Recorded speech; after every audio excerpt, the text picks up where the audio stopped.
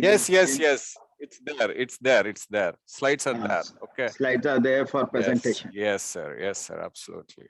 Wonderful, wonderful. Inflate, Excellent. please. Inflate to 4 atmospheres, please. Yeah. Just leave it there, please. Give me a filter X here, please. Give me filter X here, please. Okay.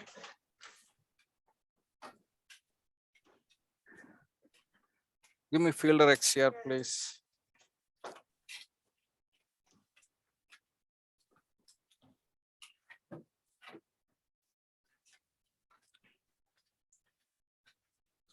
That's better. I anchored into the SN nodal branch, and only problem I see with anchoring balloon anchor or only just wire? No, sir, it's a balloon anchor. It doesn't help. Why it doesn't help? Only wire doesn't help. But Yes. there are people who use balloon wire also. They put it deep. And Yeah, I mean here. I mean, I'm almost into the, you know, CTO. the complete depths of that branch. Okay. Okay. So I think I can't. So that's good. I think it's a good idea to take a balloon support into the branch so that the guiding doesn't move out from the position. And I need not invest on same techniques, same methods again and again. But but you have good 1 hour and 30 minutes. Yes, sir. Yes, sir. Of lifetime. Yes, we'll try to make it in that time. I wish. And we can provide you 5-10 minutes here and there also. Yes, yes. Provided the faculty agrees, because the faculty also is very busy faculty. Yes, sir. Yes, sir. I understand. So they may or may not agree. Yes, yes, yes. That's okay. I mean, we'll stick. Yesterday you attended? Not, sir. I was stuck in a case. Yeah, that's how. Close. Okay. So I think I need a. I think I need a Gaia. This won't support me. Yeah. Yeah. This record, please. Gaia 1 or 2? I'll take 2, sir. Yeah. I hardly use Gaia 1. I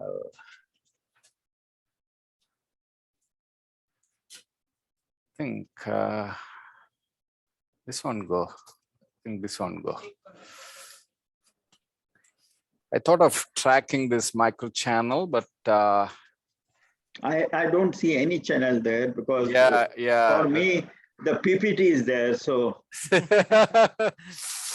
it tells somebody to remove PPT and put the camera on the screen, in the fluoro screen. Okay. I think yes. Keep fluoro on the screen, please. Yeah. I think it's no. I think okay. So anyway, I'm just. I'll just make it this thing, and I'll now try to push my guide in. Just to change the angulation, record this, please. Record this, recorded. Yes, captured, sir. Please capture all the important moments.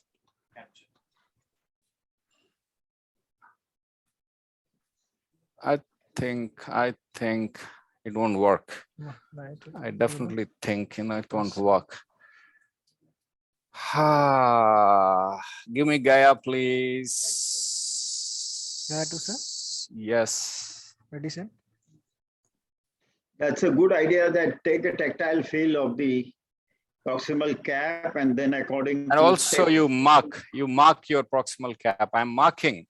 Correct. See, this wire, helps you in marking. Yeah, give me Gaia, please. Yes. Doesn't work. Yeah. So your cap is absolutely close to this, the support wire. Yeah, it's close to the guide mouth. So there is no space there. I know. That's a challenge in this case. Yes. So I think we can just come down. But I can see that there is a Flesh. calcification in the left main also. Yes, sir. Circ also. Wow. You record this? Yes. We have my co-moderator joining, Dr. Farooq Jaffer. He is, let me introduce you, Sharad. Dr. Yes, sir. Farooq Jaffer is the professor at the Harvard Medical School, Yes, sir. and he is in charge of Cdo Program at Sir. the Massachusetts General Hospital, director of Cdo Program. Yes, sir. So Sir, good he's- afternoon. Thank you. Thank you for joining us. And this session. Farooq, we have Dr. Sharath Reddy from Hyderabad as a live case operator. Along with him, and there is another Dr. Reddy. I forget his Damodar first Reddy. name. Damodar Reddy. Good evening, sir. Yes, sir. So we have two Reddys ready. Yeah. to go. Yeah. Good morning. Hi. Sir, Chapter. good morning. Good to Good see morning. Yeah. Thanks for having me. And please continue. I'm looking forward to your case. Yeah, so I think right at 4 o'clock we start, and there's still 7-8 minutes to go. Okay, sir. Because we have to start at on time, because there may be delegates who may be, they will not get live unless we put them live at 4 o'clock. Yes, sir. Sure. So in the meantime, this is 5:30 a.m. in the morning in America. So I congratulate Dr. Farooq Jaffer and admire his devotion, dedication to academics. And he's here with us, 5:30 a.m. Record. Do you hear me, Sharad? Yes, sir. Yes, sir. Yeah, that's a remarkable thing to have. Yes, sir. You have to admire the dedication of a person. Yes. That's truly, I mean, we are really honored to have you, sir, today. Record, please. Yeah. It's my pleasure. And I'm sorry I couldn't join any earlier. I'm on call this weekend. And Even you are talking of yesterday's program. Though you were invited to join and even plug in as a faculty. So it's sometimes it is like that, just the cases. Had you come there yesterday, you could have seen 3 cases Jihad Ali presented of CTO. Oh, okay. And he showed how to do a live IVUS puncture on the CTO proximal cap. Yeah, that's really a very, very important technique. I think I see very it. important. Yeah, I had seen earlier, but not that clearly like he had shown.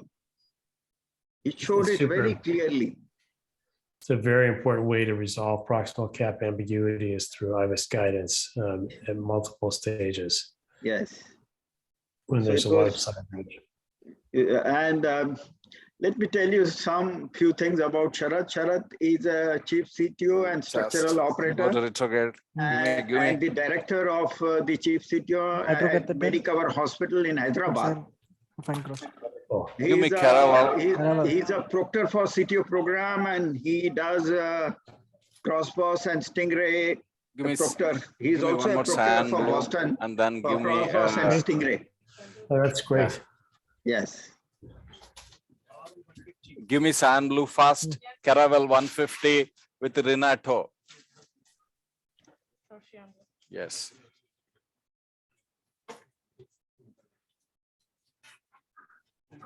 These days in India, we have plenty of microcatheters and all kinds of wires so hardware is not a problem in India. And also imaging equipment is not a problem. So we have all this lined up in prime centers where volume is big and good operators are there. That's really great to hear. And it's so important to have the right toolkit to be able to handle these cases. And some of the tools like drug-eluting balloon is not available in America, but we have it in India. Epicranial. Yeah, what is more, it is indigenously manufactured. Yeah. Yes, that's great. Just That's And great. that to That's okay. sirolimus. That to sirolimus, not paclitaxel. And how long has that been available for the It's available coronary, last 5 years minimum for coronary? for coronary. It's really important. And do you find it It's to be? it's called as magic touch, Yeah.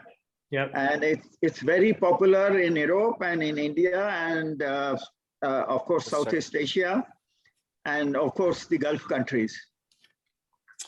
It's I know it's expected to be in the US market around Yeah, it's 2025. soon. It's for FDA approval. just leave it. It's there. The studies are already done, and it's put in for FDA approval for the testing, local testing. Yeah. So give me Caravel 150 with Renato, please. So few center must have been Renato. there to get this. They're planning their pivotal US trial, I think right now is. Okay. So I think we're going to start to see some of the trials. Yes, yes. So it's interesting.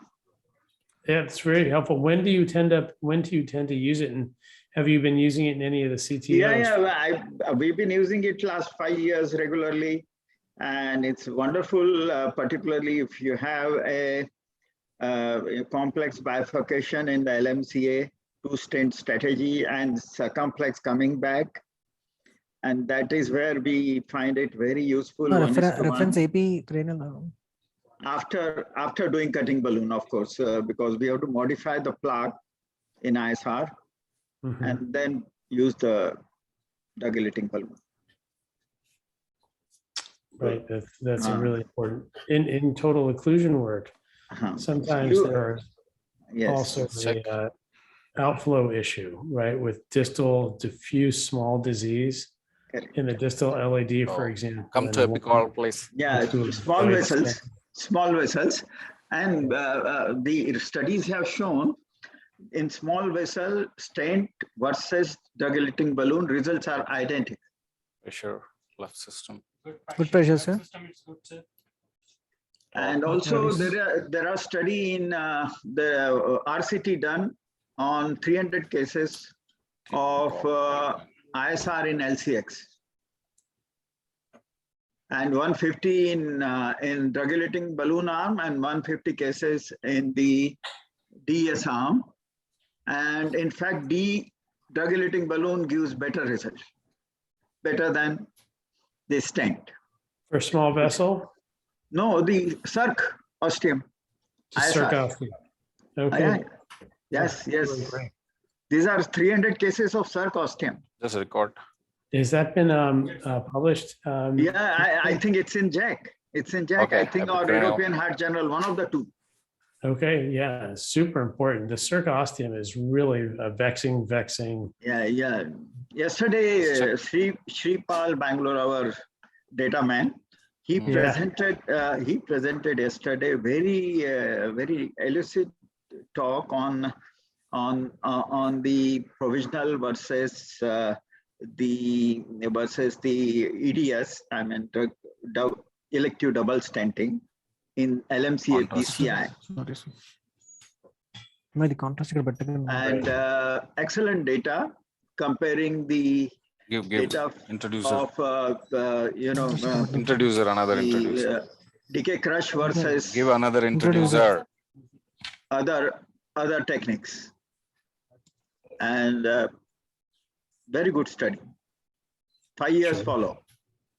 What's that? What follow? 5 years follow. Okay. Yep. So EBC has one study, and another one is from the, I think, Asian countries, where decay crush is maximally used. Yeah, that's popular. It obviously came from all the DK crush trials and from Shaolin Chen in China, and the EBC left main study was a bit surprising in terms of difference. That study really didn't have maybe the same complexity of bifurcations that were studied in DK crush. So there's this question of really Keep double lumen catheter ready. whether or not you should I think it's still open, I think we've agreed that in simpler bifurcations, we'd love to Sir? keep it Just simple. check. But in more complex ones, long lesion side links, diffuse disease. I think this two-stand strategy is still very valuable. Okay. My This ACD is check. ACD This check. is 4 p.m. So I think we should go live. Pankaj? Pankaj? Yes, sir. let's go to aracranial. Yes, sir. please. Pankaj, can you go live? Yes, sir. We can, sir. I'll talk to Dr. Sarath. Yeah, we are yes. ready. We are ready. Okay, sir. We are ready. We can go live, sir. We are Yeah. ready. Yeah. Just go live. Let them present the case and then. Go ahead with Yeah. the case. Yeah. Yeah. Sister. Good yeah. evening, everyone. Yeah. Good evening. I'm Dr. Damodar Reddy, secondary operator in this case from Medicover Hospital. Today we are presenting Yeah. the case of osteoproximal Give me- RCA CTO. Give me 2 points. Coming to the clinical history of the case, it's a 50-year-old gentleman, known case of CAD, presented with unstable angina in 2018, and at the time was found to have osteoproximal RCA CTO and also intermediate disease in middle AD, and he was on medical management Please. from the peripheral center, and at the time his LV function was normal, and with background risk factors of hypertension, diabetes, and COPD, and is a reformed smoker. Don't move. Don't move. Recent presentation, he presented in July with again one episode of unstable RO. angina and class 2 dyspnea, and Call. we have done angio at that Plain time RO. with his Plain baseline RO. creatinine of 1.1 and EGFR of 77 ml. ECG at the time was showing normal sinus rhythm, no significant Q waves, and poor R wave progression V1 to V3. This was a coronary angiogram. You can see the left system here showing LMCA calcium and also And proximal LV LAD. function? LV LV function? function is normal, sir. I'm going to show the echo also. Okay. So you can see there distal RCA filling retrogradely from interventional septal collaterals from LAD and also epicardial collateral from distal LAD. You can see distal LAD Sister, give almost me- distal RCA is give me filling up 7 to wire. mid RCA. You can see good interventional collaterals filling the distal RCA.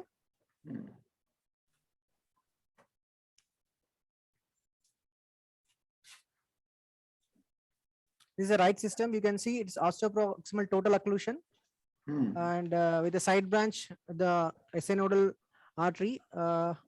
So we want to do antegrade preparation and then with anchoring in the synodal artery, Yeah, and it's a long segment lesion. long segment lesion.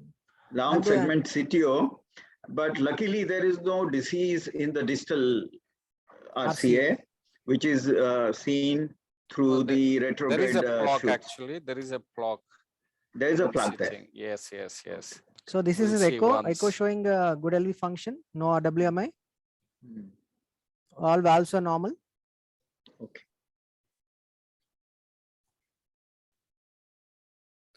Very challenging case seems to be. Yes, sir. Very challenging case. It looks like challenging case. Can we Yeah. go on the fluoro now? Yes, sir. Yeah, I'll just show I think the- you can show the last slide. And Challenges, you please. just mention, show the last slide, please. Last slide. And then we'll take moderator's opinion, and then we'll just say, we'll show what we have done so far. So coming to the challenges of this case, technical challenges should be say osteoproximal RCA CTO. So we'll have a poor guide support, and we have planned for using AL guide 0.75 with anchor bearing in an synodal artery. And we know there is acute bend at origin of second septal, which we are thinking to end. If you want to go retrograde, we want to take the second septal, but there's acute bend. So we want to use a WM1 Go to this microcatheter view. for septal collateral entry. And basal division of septal connection to PLB with abnormal PLB entry into distal RCA. So we want to avoid this basal division, and we want to choose the apical branch of second septal while entering retrogradely. And there is also corkscrewing of septal collaterals. So we thought of overcoming this with using SOHO 3 wire. Okay, can you talk all these things on the angio also so that, you know, Yes. Yeah, sir. Yeah. so that we can We interpret have, in we next have slide? an anatomicogram also. Yeah, okay. Professor, can you show anatomicogram? Yeah, sir. This is anatomicogram, sir. Okay. You can see clearly in the left system from the LED, we have 3 septals coming. First Yes. septal, it is showing micro channels, but I mean collaterals, but it's not. Distal connections are very poor. But second septal, there is an acute bend, but it has good distal connections to both PLVB and PDA. And JCTO score is 3. Yeah, sir. It's a proximal entry and So, more than 20 mm. And there's also mid RCA. The CTO segment has some amount of calcium, and there is a bend almost more than 45. So it's not a retrial, not a retrial lesion. So JCTO score comes to 3. correct. And it's since 2018 because you already had done an angio in 2018. Yeah, sir. And he was put on medical management. Yeah, sir. So it's definitely a CTO. Yes, sir. No doubt about that. We have Dr. Anirban Chaudhary from UK. He's also a chief CTO operator and excellent operator and excellent speaker. I must say that. I have heard him a couple of times in our program. And with us, Dr. Farooq Jafar is already there. So now we can see the angio. So this is Will you like to comment on this anatocogram, both of you? Or, I mean, we can move on to the case. So, I mean, if one's panel is, okay, discuss. No problem. You can move on to the fluoro, please. So, okay. So our strategy is, see here, the whole issue is like it's an osteoproximal, keep CO03 ready. So osteoproximal disease, and we have a poor guide support. So we have a poor guide support. That's a issue. And yeah, when we started, see, we went with both 7 French. So one from radial, one from, femoral. And you can see here in femoral, we had a problem in aorta. So there was some issue. So wire was not going there. So then, so we had to immediately switch to a short sheath and, then JR and then a thermo wire. And then we just crossed it with a loop. So nice demonstration. Yeah, with the loop, and then then we took a long sheet across after exchanging to stiff wire. So this is a long sheet across. How long is this sheet? It's a 45 centimeters hook sheet. Okay. So and once this is done, no, it's a 7 French. So then this is an EBU 3 into the left. So and then we took a AL 0.75. Just to make it sit in, ostium, you can see here, but the pressure was, not there, when catheter is sitting in the ostium. So then we thought, we have not injected through the guide here. We injected through a microcatheter sitting in the, proximal portion of the guide. So okay, which microcatheter is this? It's a Corsair, what I wanted to use for anti-guide. Okay. So yeah, we are injecting through microcatheter into the RCA. That's one thing probably you can reduce, the chances. Yeah, correct. So chances of dissection. And looking at this, I understood it is not going to support my procedure, and I'm going to lose whatever I'm doing antigradally if my support is not good. So we thought immediately, we went, even before we started wiring, we wired SA nodal branch for a, you can see this. I'm sending my wire into, SA nodal branch. This is a sand blue wire. And then I have sent a 1.25 balloon. We anchored it here. So now, and then we started. So initially it appeared, for me, there is some kind of micro channel, though I'm not sure. So I wanted to explore, with the Fielder XCR wire. You can see this is the Fielder XCR wire, but the wire was not advancing. And you can see a lot of calcium also sitting there. Yes, so even left system has a lot of calcium. Yes. And thinking that my guide angle is actually not allowing wire to go in the track, you can see now I pushed guide down just to redirect my guide towards the the channel which I thought probably present, but even then it didn't go. So then I decided to upgrade my wire or escalate my wire to Gaia. So and we escalated wire to Gaia. So you can see this is the Gaia 2, and using calcium as a marker, I just advanced. So Correct. further advanced, and it gone further.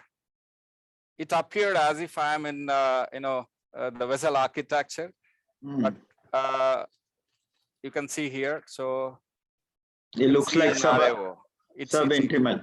It's not in the vessel architecture. Basically, vessel is far away. I think it just went into some branch. Correct. And I really don't know where I have to redirect my wire. So that's where I was stuck. And that's where I decided to just go ahead, with retrograde. Absolutely. So that, I can use retrograde wire as a marker to send my antigrade wire. So that's where I am. Probably, panelists can yes, discuss and, let us have comments from disagree both. with me, Okay. So we have a comment from both of them, one after the other. 03, please. Yeah, sorry, I didn't see the first angio, I just seen this one. It seems there might be some tortuosity in your proximal part of the RCA. And when that happens, your guides are great wires to track straight. But if there's any unseen tortuosity, especially in the proximal part, guys very rarely make those bends. They like to go straight. So I think I agree with you. You have tried the relevant steps antigrade to see whether you can do it much more easily. And if you have good connections retrogradely, which seems even this view, it should be a relatively, once you come retrograde, it should be not that difficult to finish off the case. The only thing is you might need a guide liner and trap it down antigrade at some point. To yes, that's what I'm also thinking. So I'll go with the preemptive guide liner, so which makes my job easy, and I'll do that once my retrograde wire is into the proximal RCA, because here, I cannot send balloon or anything. Okay, and Farooq, your comments? Sure. Good afternoon. Thanks again for having me. This is a great case, solidly clinically indicated and with some complexity, especially at the origin. A flush or near flush occluded osteal CTO is always a challenge. And there are certainly different ways to kind of approach that. I think the initial comments that the proximal cap is visible, it's mildly ambiguous, not heavily ambiguous, allows one to start with an antigrade approach. It was a nice technique to test through the microcatheters without overpressurizing the system. Although in some cases, every now and then you don't mind a proximal dissection in some of these cases, because it will allow you to get into the architecture right away, as long as one does not create a large dissection. From a technique standpoint, fully agree. This is an attempt at antigrade wire escalation. So, great 2-7 French systems, 45 centimeter, always a concern when there's peripheral arterial disease with aortic plaque there, that there is diffuse plaque burden throughout the entire cardiovascular system. But you overcame that nicely, and you have enough strength. And when you're going to rely on the retrograde system, then sometimes we will be bifemoral in these situations if it's critical. 7 French guide here, though, from the radial looks like it's sitting very nicely. Getting going with the antigrade is the next important part. So the first wire that was used was the Fielder XTR, very appropriate. I may have intensified to something that is still hydrophilic and jacketed. And I'm not sure if you have access to the Mongo wires, but we would use a Mongo wire here as our next wire. Yeah, it's available in India. Okay, great. That and a Pilot 200 would be the first 2 wires that I used before using a sticker wire to puncture like the Guy or Hornet or a Cdo or Confianza. And that's because, as you saw, the proximal zone is on a bend, and the Guy wires can definitely puncture and exit. And what we saw here is probably an exit. Fortunately, just as long as the microcatheter doesn't follow, that's usually tolerated safely, and one can redirect. But if one needed to go going antigrade, probably the next wire that I would take is still a polymer jacketed wire. The hope is here now, by converting to retrograde, it looks like nicely into a septal, which is great. I also use a Suo wire as my first choice for crossing tortuosity. And that just is such an important kind of change in our approach. Whereas we used to, of course, use the Xi'an wire or Xi'an black. This wire at 0.3 grams just really has this way of folding one little loop at a time and of making advances in progression through this tortuosity in a very atraumatic way. So I think for septals, it's become my initial wire of choice as well. So I think that's really great. This is correct. This is second septal, am I right? Yes, sir. It's a middle branch of second septal, so which is connecting to PDA. So Correct. actually that basal branch was connecting to kind of PL. So, and the PL entry into distal RCA was, the angle was not so great. So I thought, okay, I'll try first this. If I go directly into PDA, my entry into distal RCA is just a straight, run. So if it doesn't happen, then probably I'll take a, the basal branch of, okay. So the septal.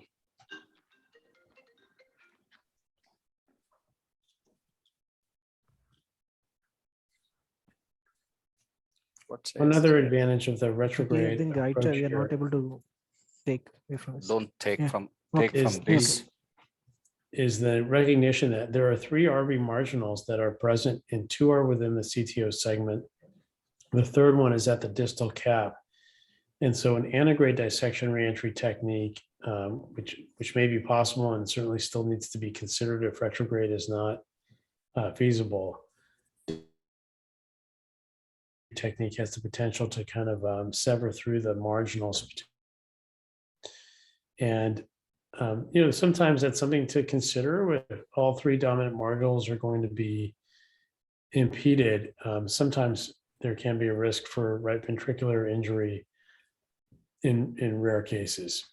Often those RV marginals are also collateralized by the apical LAD, so we can sometimes have a secondary backup option, but there occasionally is a case or two. So if the retrograde works and one can get to the distal cap without injuring that distal marginal right at that cap, might be a nice result for the patient.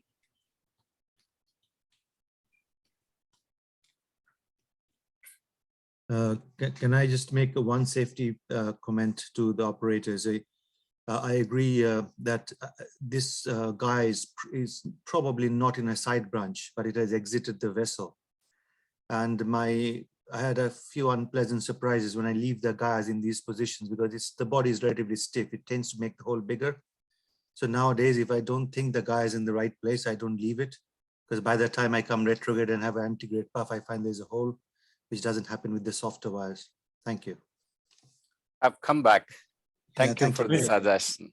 That's a great point. Yep. I think, taking a pilot or Mongo at this point and just removing the stiff wire is probably the safety issue. You also have an anchor balloon, so that's nice to keep the guys. Addition?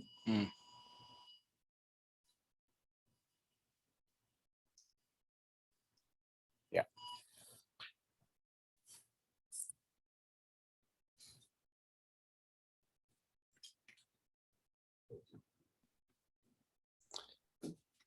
Another approach antegrade that if needs to get going is to convert to a dual lumen catheter on the conus branch and try to find another channel antegrade. But I wonder if just a jacketed wire like a Mongo or Pilot 200 would start to knuckle now that there's been a little bit of penetration proximally. If we ultimately need to do that, we can explore.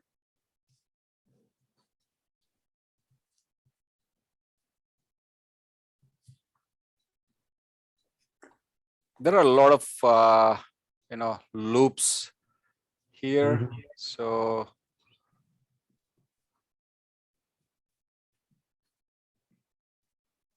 yeah, it looks well, there is a little bit advancement. Yes, yes, yes.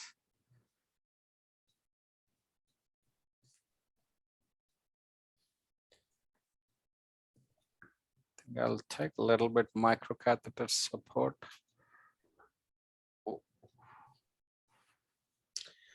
Yeah, I've often found like it's so important to be on the not expose the coils of the SU03, and so you have very good strong support there.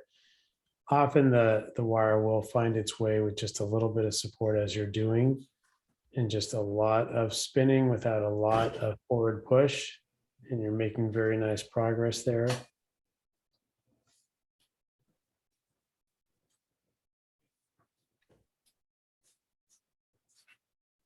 And we're looking for PVC, looking for the base, and so. Oh.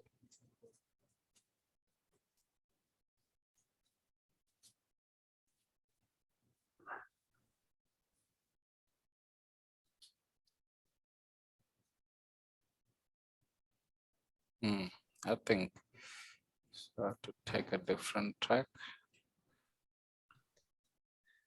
Yeah, and you can see the strain on the wire. Again, the SUO is so flexible that it can do that without causing a major puncture or perforation. No PVCs, right? No PVCs. I think I'll just take some support. Yeah, because once the catheters are exposed, should the SUO get strained at that coil, then it's really becomes unusable if there's a bend, and it can be dangerous. So capturing, if one feels good there, is okay, and sometimes that's all that it needs. But so all this part of septal is basically very tortuous. So yeah, it might be worth one more puff just to make sure we're not coming up too high. I think, is the PDA target kind of a centimeter below that?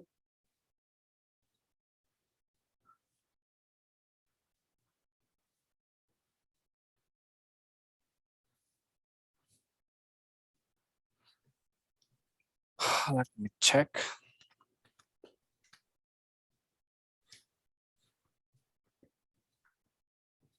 So I think we're getting stuck in kind of the insertion part from the septum. And out of those 3 channels in that S2, those 3 main branches, have you been focused in on this one just so far? So it looks what the track I am is looking definitely okay. Okay, so I can take one shot and see where I am. Okay.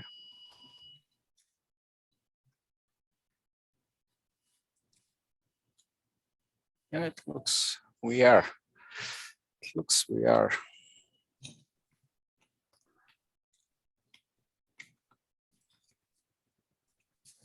But I think, oh, okay, there is some bend at the end. Yeah, it's entry into the PDA. Okay. Have you been able to have that wire get to the more distal half of that septal and the more proximal branch? I guess we can try that next as a possibility. Yeah.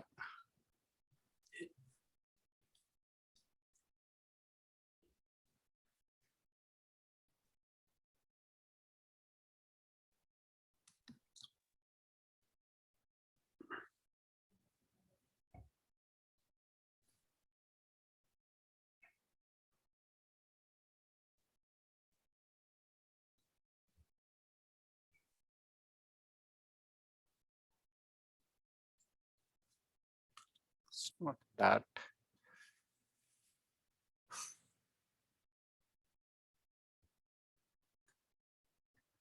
So you can see there is a big bend there. But it is getting neutralized now and then. I think it should go. It should go. Looks very close. That's good visualization. It's at the very end, it kind of deviates more towards the PLV side. And yeah. just really might be very tortuous right at that very last insertion point. Hmm.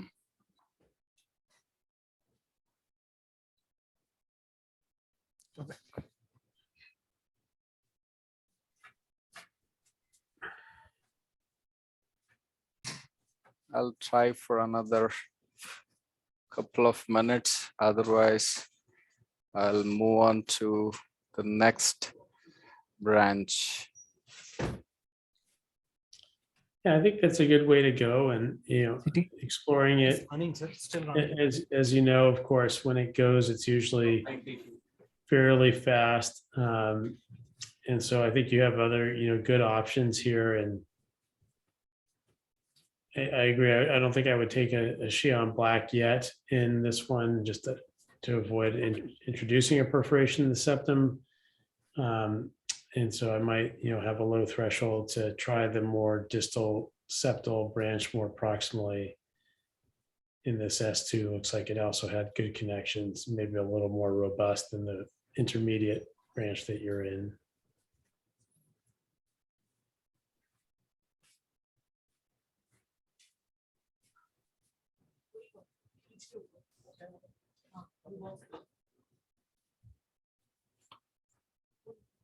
So that loop is getting neutralized with each diastole, but I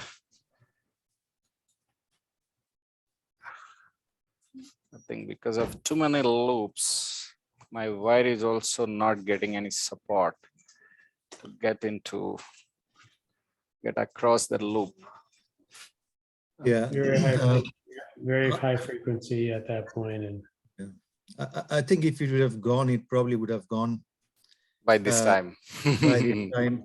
And it seemed, and geographically you had to turn slightly right at the end of this, the one you have chosen. Alternatively, at a much higher level, there is a branch which deviates right, which seems to have a much straighter run.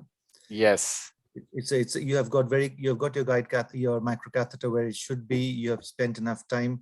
At times, they just, I don't know, they're probably no longer arteries and become arterioles, and they just don't connect, or it's too tortuous. Yeah. So I think I'll just come back and I'll go to the next septal, next branch of this septal. This quite high one which went right, which seemed to be. Yes. right. And sometimes one needs to use a separate wire just to dedicate to get into that small, angulated side branch of the septal there. But it's a good choice, with the septal surfing approach. It's just iterative, trying a number of different approaches. One other nice technical point is that there is a safety wire in the LAD, and that's really important for donor vessels. Is there a guide extension yet in the retrograde? No, And I have so not. that- I have not kept guide extensions in there. Okay. Okay, yeah.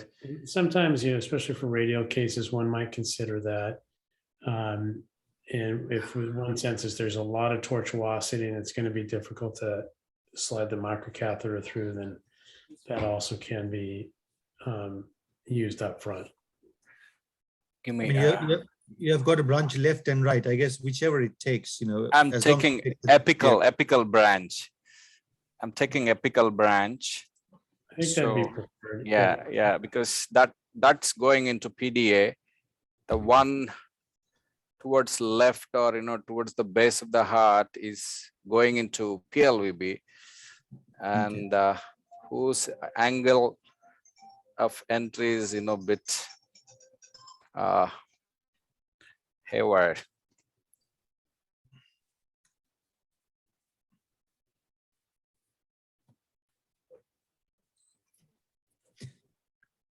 And I want to ask our panelist,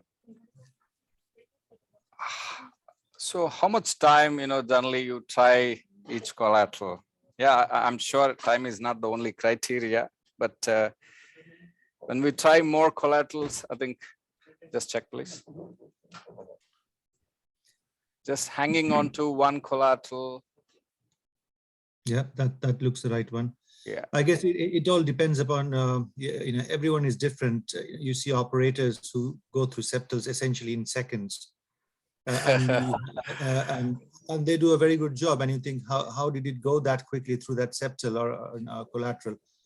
And then you see operators who spend a bit more time. But in general, once you have done a certain volume, you sort of know when he's not going to go, because if you're in the right channel and you're doing the technique that you yourself practice, and it hasn't gone, it's very unlikely you'll get a pleasant surprise. It's just not going to go.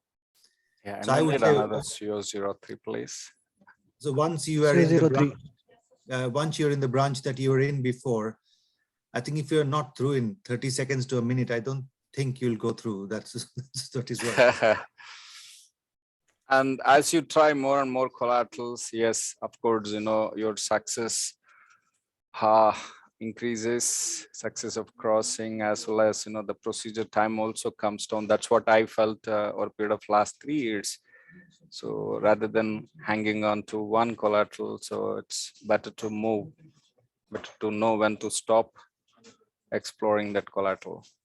But I can also ask one more question for our viewers' sake. When do you jump onto surfing, and what wire you recommend for surfing? I like that you're making progress. Here, by Ready, the sir. way. I agree with Dr. Chowdhury's comments. I think it really is a fast understanding of whether or not you're going to make progress. Like here, you are still making progress with the Cdo, and now we're seeing multiple strains. At this point, it's a decision for advancing the microcatheter for support or trying differently. I think we've all been remarkably surprised that things that we thought would not be a crossing channel end up being a crossing channel. And it's so important to have had the time to find it. And so I agree, just, a minute or two on each major zone or sub-branch of a septal is probably enough. I think the times that I do spend a little bit longer are when I can visualize a larger connection and I see a lot of tortuosity. I'm just going to spend, more time spinning that Cdo to see if the flow direction will carry it forward. But if it's really not a highly connected channel, I'm going to try to move on to something more quickly. As far as the surfing aspect, I tend to use the Xi'an black if I want to try to find an invisible channel, and just be, under rapid probing, but not overly forceful. And every now and then we'll find something that wasn't necessarily visible. And so before I finish with this main septal, I would try all 3 zones as you are trying with the Cdo. I would probably take a Xi'an black just to explore more blind septal surfing. But see, in this branch, I do see a lot of tortuosity. So I don't know. I mean, I have not done surfing in such collaterals. I'm scared. Basically, these polymer jacket wires, sometimes they can just cut through, your septal collaterals. So I want to hear from panelists, such a tortuous collateral. Can we advise, surfing? Maybe not from the point that you're at with the Caravel, but I would come back to that proximal trifurcation and would consider a Xi'an black at that zone, because we may not take that more tortuous part. We may take a more invisible channel, and that's sometimes until one probes, one may not know. So it looks like you're kind of getting to the same place you did in the other major septal branch, which is just about 1 centimeter or 2 short, probably right at that insertion point. And so hopefully it'll just find its way to roll over a couple more times and make that final tortuous, overcome that last bit of tortuosity.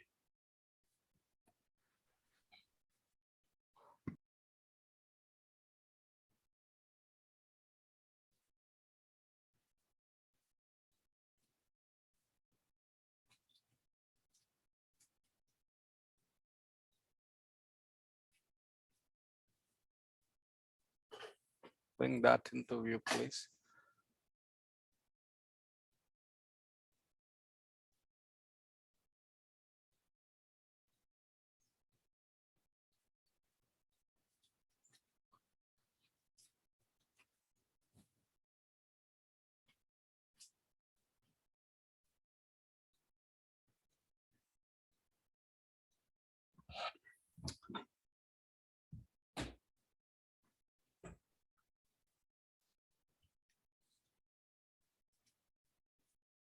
Any PVCs, please let me know. Okay, sir.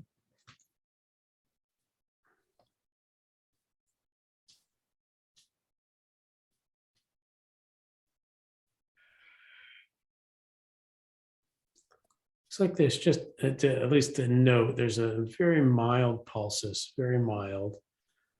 And I'd have to go back to the initial hemodynamics to understand if that is new.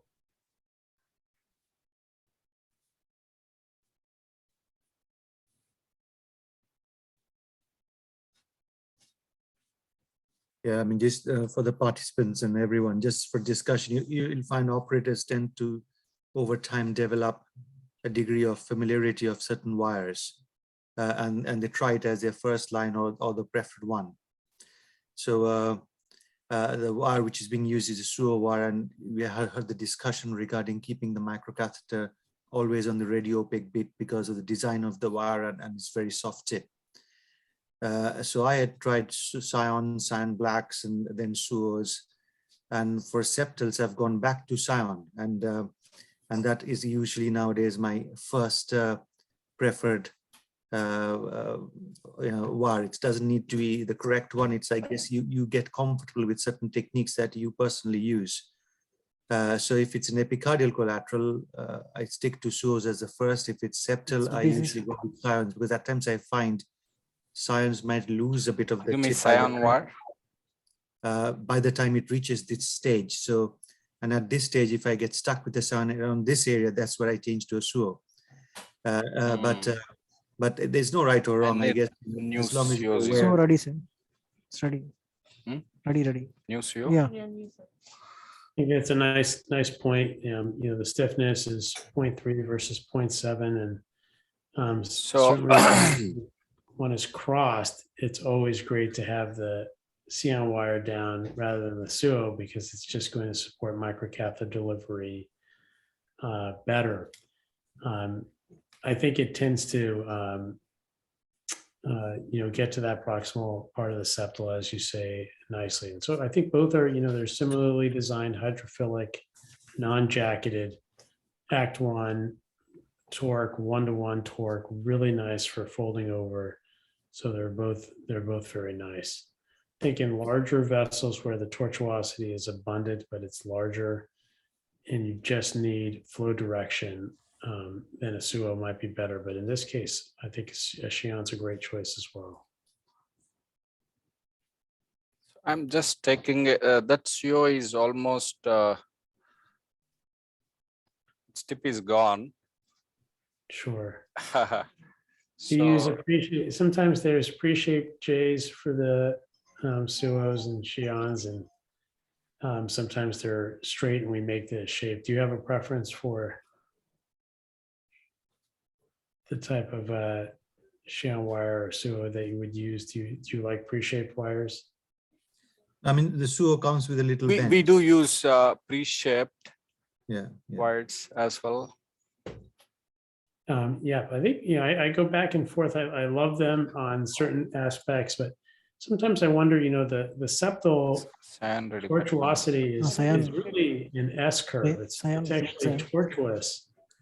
And something that has a sharper point may not catch it. So I almost wonder if we should have a slightly more rounded tip at times on these wires to account for that, rather than having anything that is kind of more sharp, like a typical CTO bend. I wonder for tortuosity may not necessarily be the most natural fit for a very tortuous artery.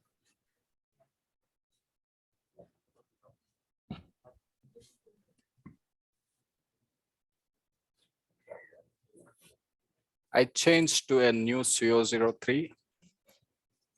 So because that wire tip actually not helping me.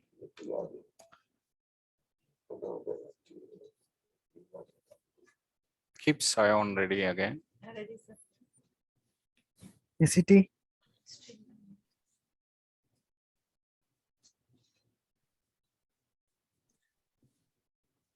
And again, for the participants, we will have different talks today, but this is, once you come to these zones where it is you're going JCTO score of at times 2 can be very tricky. Some of the JCTO scores of 2, but once you're going above 2, it's a teamwork, and and you can't expect the first operator to be on top of everything. So the physiologists, the radiographers, your second operator, this sticking to the time of having ACTs done.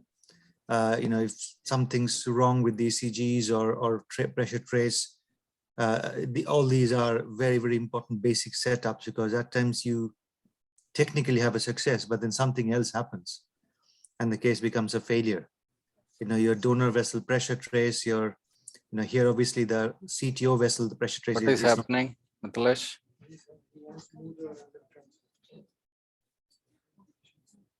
Give some more sedation, right?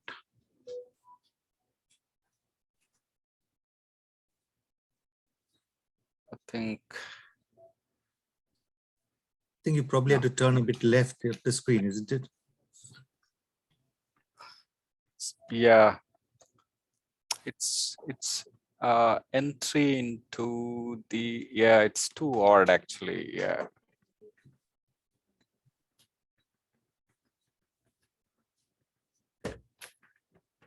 It's a too odd entry.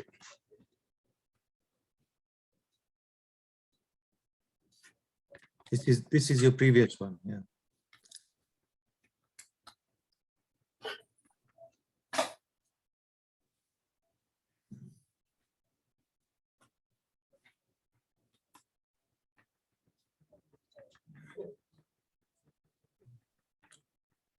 Give sedation.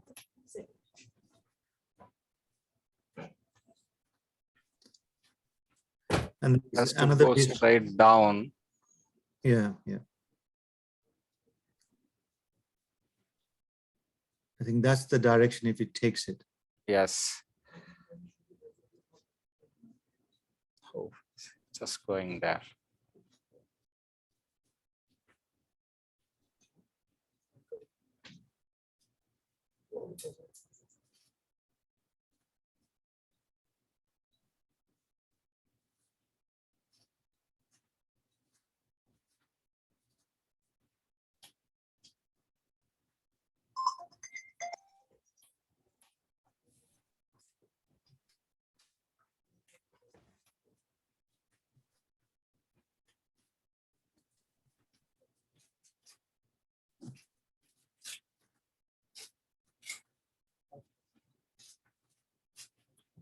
So I think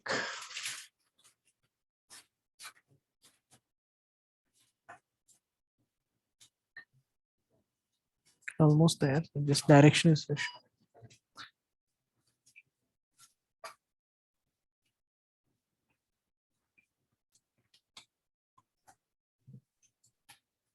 screen close, please.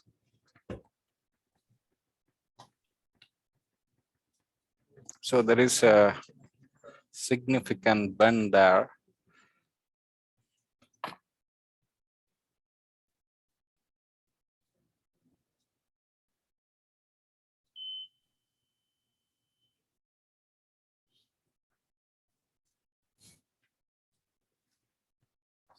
Just try and advance catheter a little bit, micro catheter. ACT 602 after 1 hour. Next ACT after 15 Okay. minutes. Okay.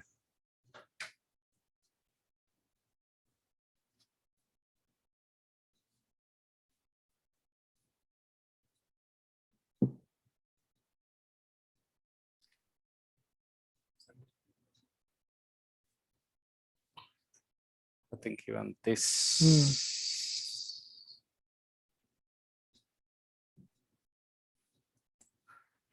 Okay. Maybe we should go with PLVB sir first.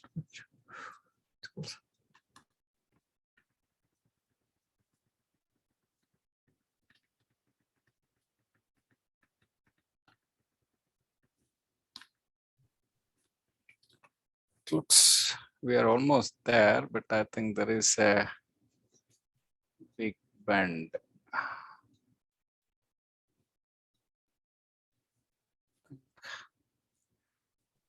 Just to take.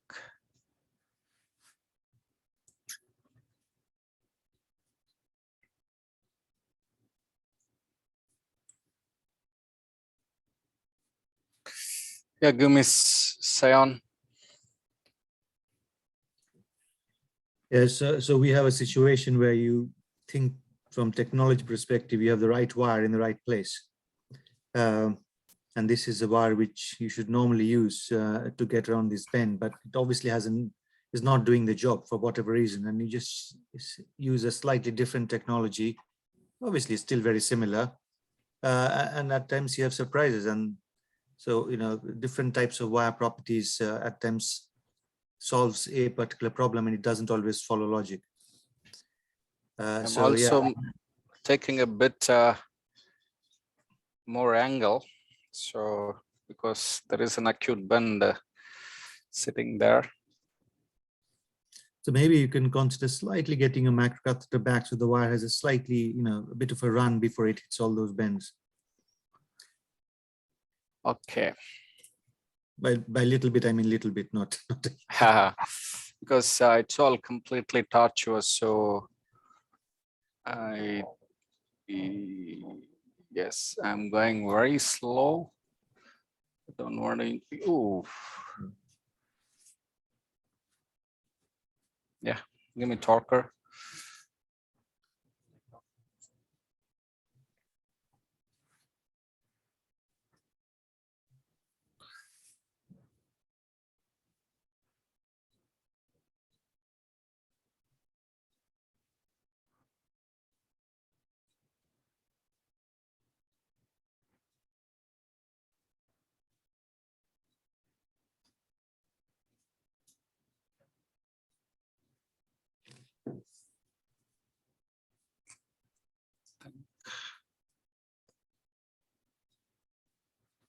Any PVCs? Oh, sir.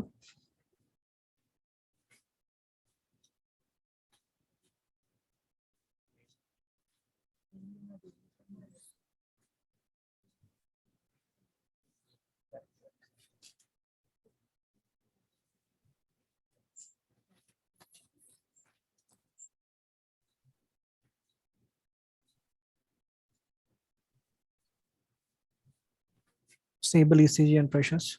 No PVCs.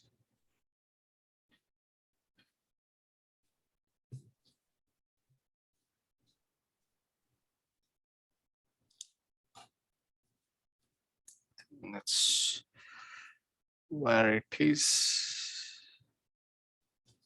I'll just take micro support.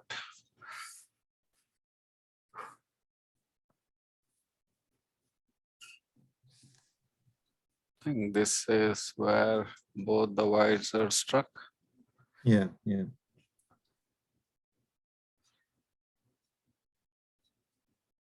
Looks there is a band, I think, which is not well visualized probably in this view. Okay.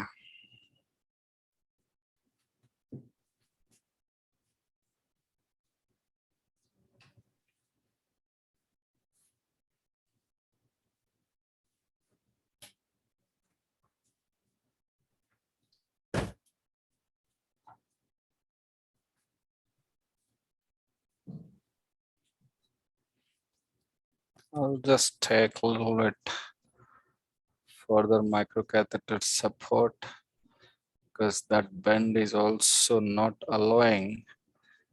Yeah.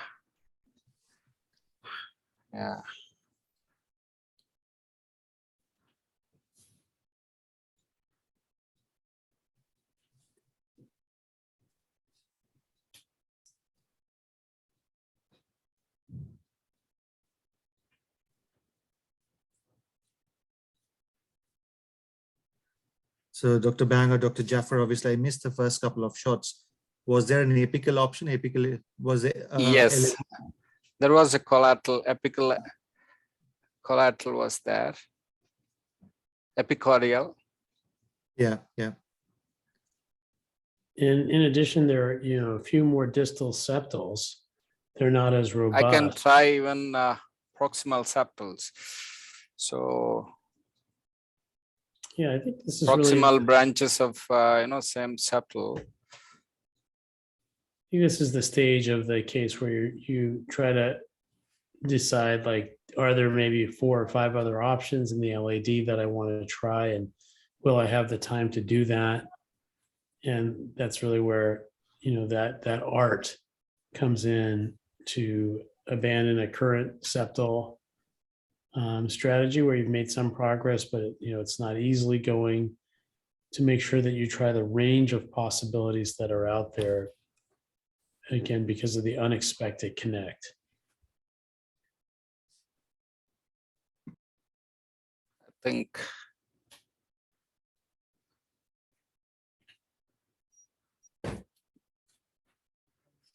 so. I think I'm stuck in the same place again. So probably it's time I have to switch to another septal. I think then I have to take only the first one. Okay. Yeah. Okay. That goes into PLVB.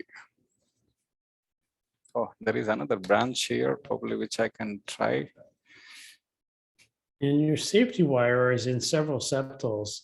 You're in that kind of upper Lady wires. S2. So the safety wire is easily, already selected, and you can also quickly try that with, again, with a appropriate microcatheter and so forth. There is one more branch here.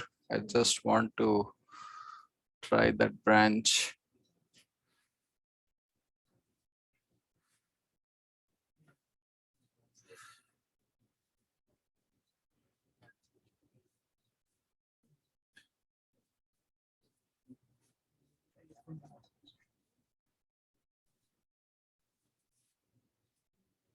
But I think it's just going into the same. Just give an injection. Give an injection, please. No, I think it's just going into the same. So yeah, I think enough is enough. Okay, so I'll just come back. Okay, so give me the first small check. Yeah. Small check. Yep, that's the other one.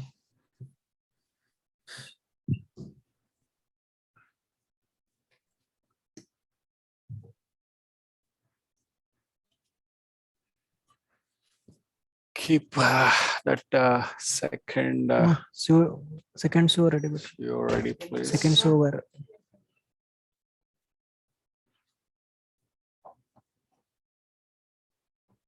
No, I think I'll just take a injection. Give me a lower lock syringe. Yes, yes, yes.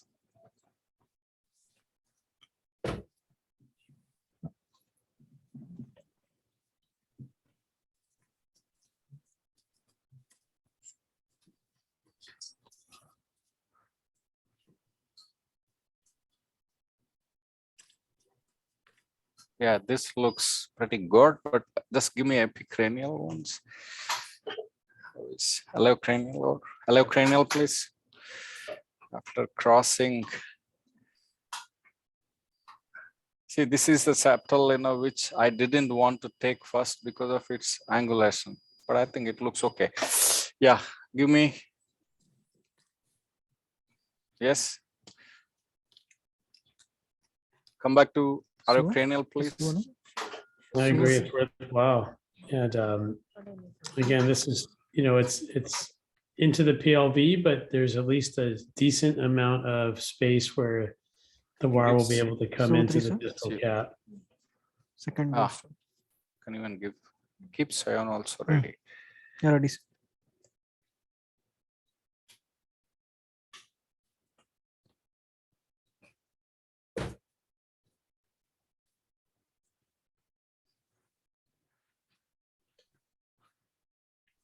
another little thing you have, I guess your second one was saline injection. Is that right? Or was it Generally I do that, but I think this time I missed. So, yeah, I think that's a very good point. Probably for all learners, otherwise wire will stuck. I'll just try quickly, if it goes, then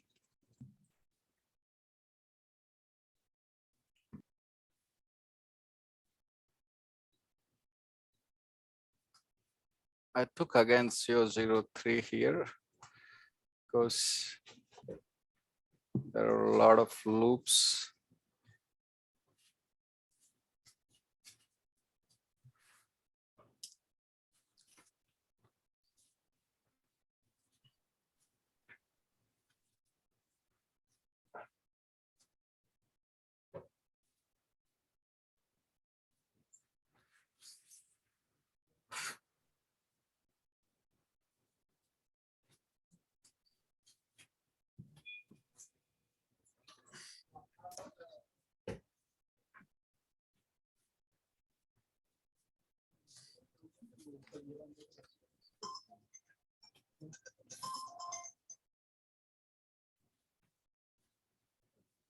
You take an injection.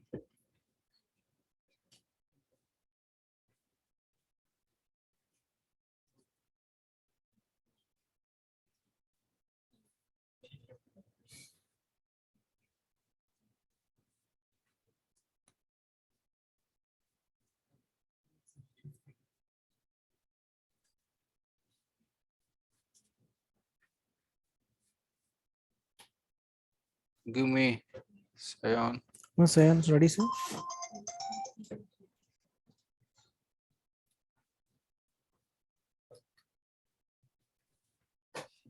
Nothing there. Hmm. There is nothing there.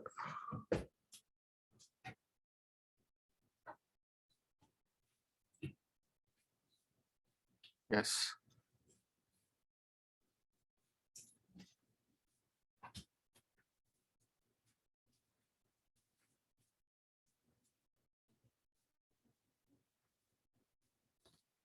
ACT, please. ACT.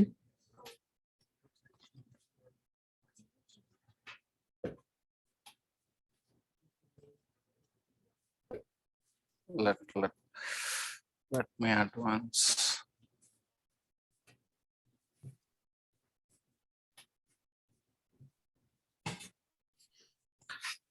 So keep Sion ready, please. Yes, Sayan ready, sir.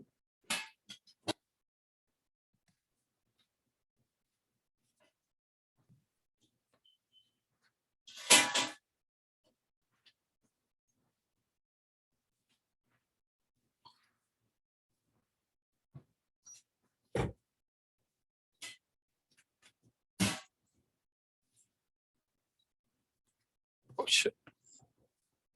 What happened?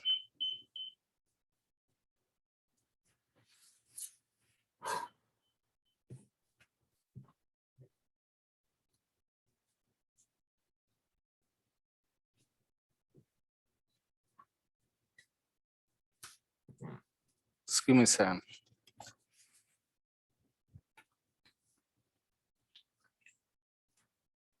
Yeah.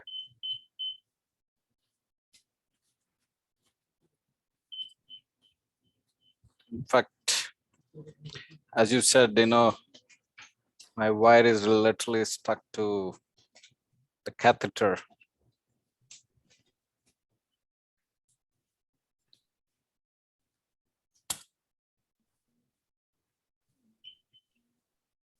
And pressure trace is okay?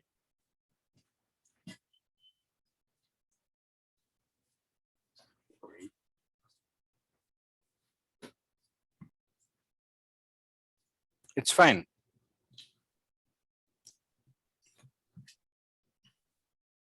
Introducer, please. My code introduce everyone.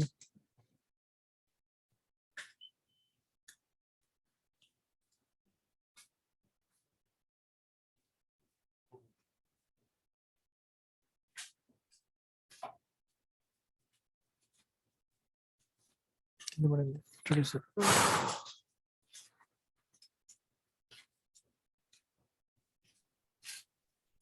these are some of the more vexing, difficult cases because again, the connections look so robust, but the insertion points are so tortuous. It's just a very common experience to have to go through an iterative approach, even though it looks like the collaterals are robust. I think you're doing a good job. You're kind of systematically checking each zone and again, not using very forceful technique, but probing and, just systematically trying to go through each one. Yeah, I totally agree with what Dr. Jaffer was saying. And when you have too many branches, it looks like, oh, they're so easy, they look big. But when you have too many branches, often you get disappointed. None of them really have a straight run, especially if you have that little mesh-like appearance at the bottom. I think there's, it's basically very tortuous, or maybe they're no longer arteries and become arterioles. I need a cine, please. Yeah, Just take and one that cine. Just a minute. not sir. being Just successful in any of them. Ready?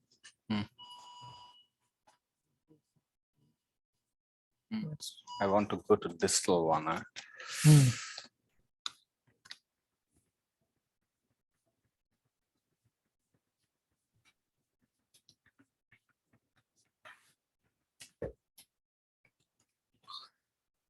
Like it looks where your wire is bent. If you can go the other side, that probably is, but it's easier said than done. For sure. I think there's just something very, very sharply turned there. It looks a little better, but again, it's hard. So, Dr. Chowdhury, would you do you use a Xi'an black in a situation like this? Would you do more septal surfing blind invisible Just channel? check. No, I must say I have not used Cyan black for quite some time. So I usually stick to this Cyan if it's a septal, and if it starts behaving like how it is behaving now, change it over to Suo. If it's an epicardial, I go straight for a Suo once I'm in the epicardial. So I have not used much Cyan blacks, used in the first 6 months of our program, and then settle down on the Cyans and the Suo 3. Yeah, I think those are definitely preferred.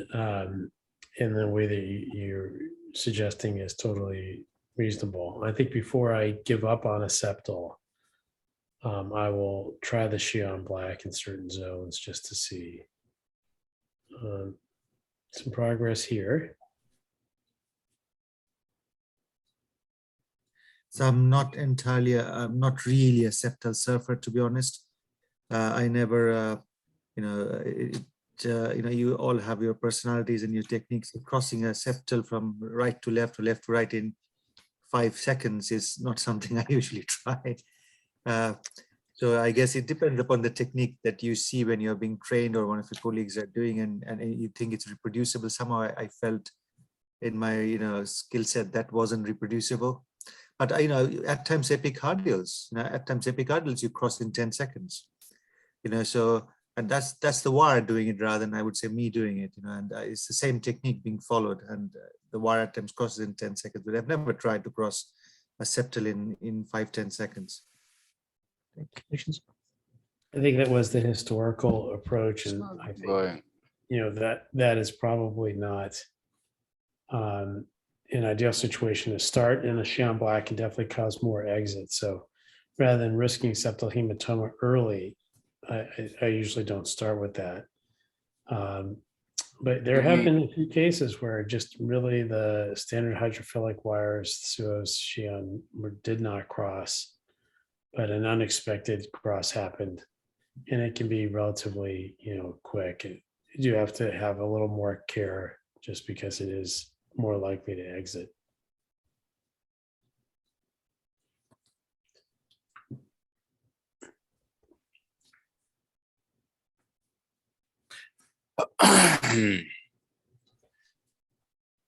And maybe for the operators is there a time limit? At what point do you think I should go back to antegrade and try to dissect and move forward? And there is a reasonable distal target. If you had a knuckle in the distal part of that vessel, do you feel like there's an opportunity for reentry with Stingray? Yeah. So yes, I mean that's a strategy which I'm going to. I mean ADR is my last resort. So one challenge here is one problem, I really antigrade I stopped because I was not sure about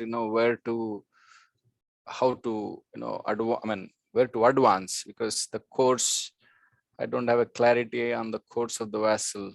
So give me CO03 once, yeah, and then give me a filter XCR. Great, and 2 points. I guess yes, we would definitely have to do some more 003. integrate to start the knuckle. Just give me But, 003. Yeah. How's your experience with XTRs and septals? I basically don't use XTRs. It was probably the first septal wire. At that point, I wasn't doing retrogrades. I was still a trainee. I use a lot of XTA or XT for antigrade work. I've seen my colleagues use STR for antigrade. Somehow it's a wire I just don't use, but doesn't mean it. I'm sure a lot of people use it with very good effect. It's just you develop and you become comfortable with certain kits. So yeah, so I've never surfed. Last time I used an XTR was probably 2012 when I was in Toronto for septal surfing, but somehow that's a wire I never sort of started using enough.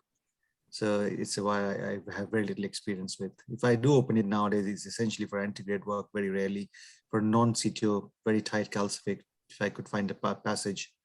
But even for that, I tend to use XTA a bit more than XTR.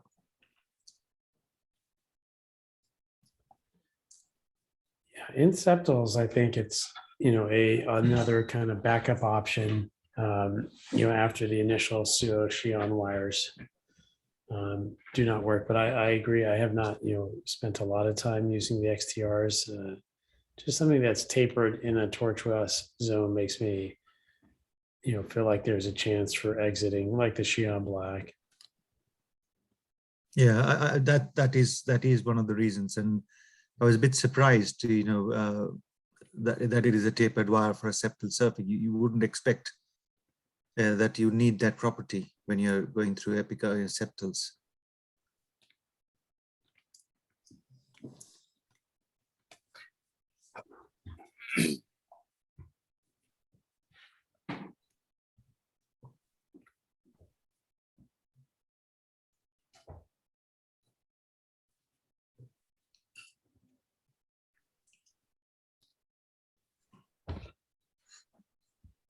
So again, we were discussing before, this more for the participants of how long you spend on a particular connection. And this is probably, towards the end of that spectrum, how long you spend on a particular branch or branches of a septal, because once you've done enough of these, it's not you, it's anatomy which is causing the problem. And as Dr. Jaffar was asking, if this was your best retrograde options, these three branches of the first or second septal, do you revisit the option of an antigrade approach? Or do you think there are other, contralateral connections which you can consider? Yeah, please give me a check. Contrast, please.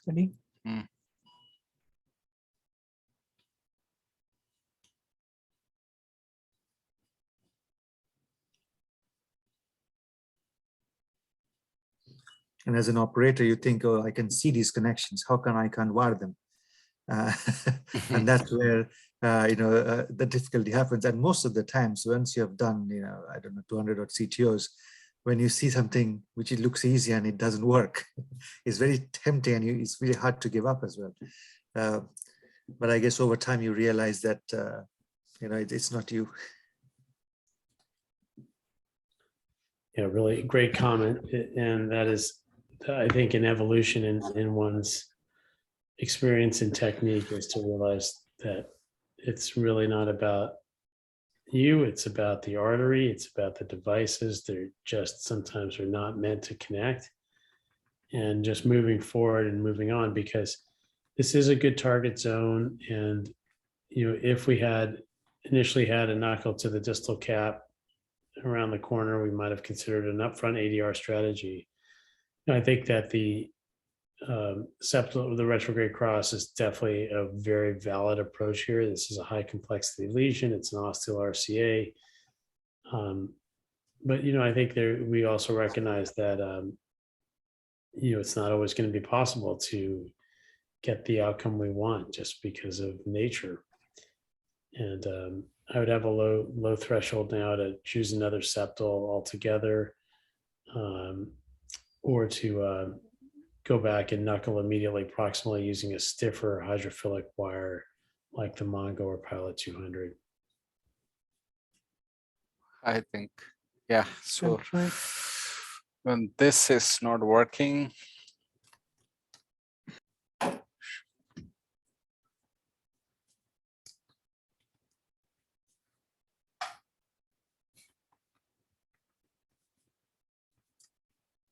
we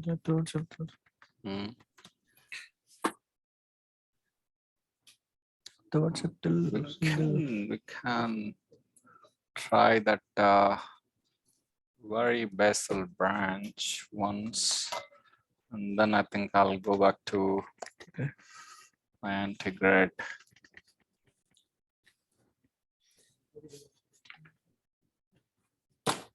Yeah, I know I mentioned this before as well. I mean, it's the very apical, which is epicardial. You have looks tortuous, and there's a bend when it joins the PDA. And again, that will be a 10-second job of, whether it's going to pass or it's not going to pass. And if it passes, as long as LV is not too bad, you basically hold the whole heart when you externalize between your catheters, but it might be a relatively easier cross.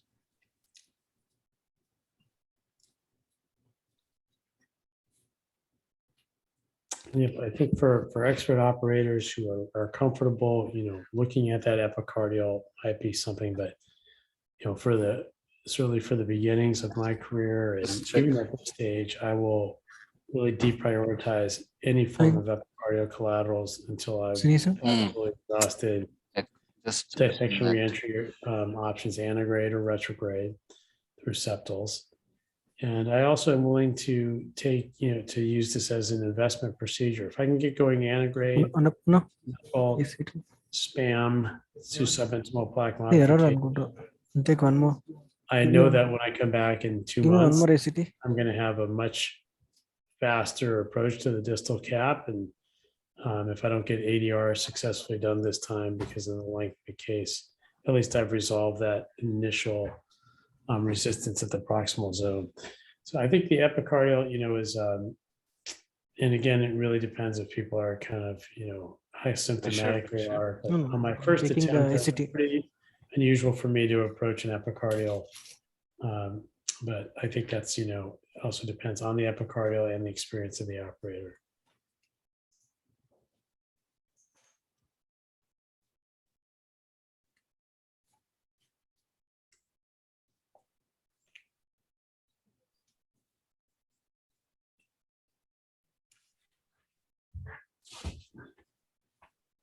Okay. It looks a little promising for me. Yeah, it's a different direction. Yeah. Yeah. And is this Suo or Cyan Black? Cyan. Cyan. Cyan, okay.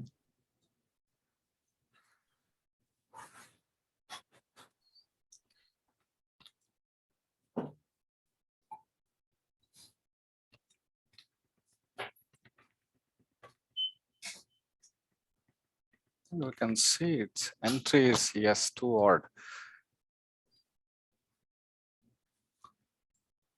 I'll just go down with my microcatheter. Topic.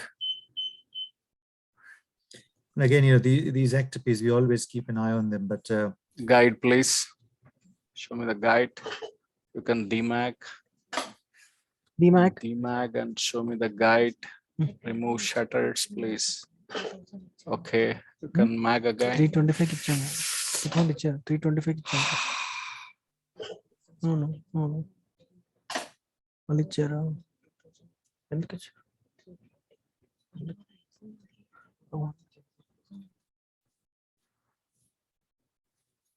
ECT account ఎందుకు ఇవ్వాలి అవసరం లేదమ్మా This is a funny angle. Yeah, just take one cine just to understand where I am.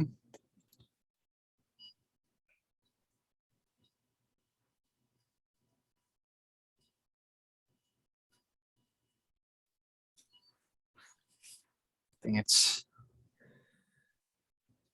I'm in desired branch. Yeah, I mean, you're in a branch which angiographical doesn't join, but that doesn't mean anything. If it goes, it will go. Yeah, so yeah, I mean, this is a different course to what you have had till now, and obviously probably gone the furthest of the lot.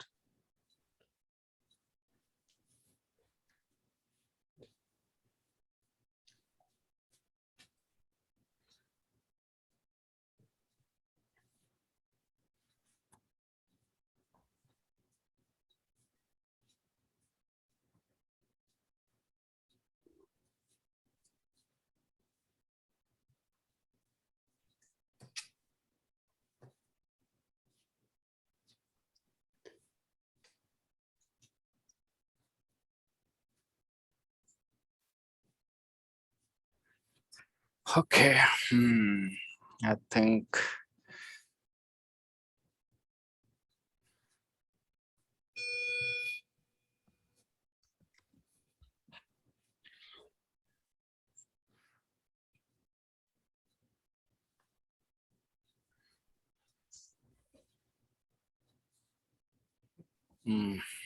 okay, even my microcatheter is not getting advanced. It looks promising. Anecdotic. Okay, just go to epicranial, please. Yeah, so that Very looks good. nice. Very nice. Finally, some smiles here. Yeah. Let's see. Yeah, it looks great. Hello, please. At this juncture, generally always I check just to see, where my wire is. At times it also happened, my wire just went subintimal, and yes, yeah, we are perfect.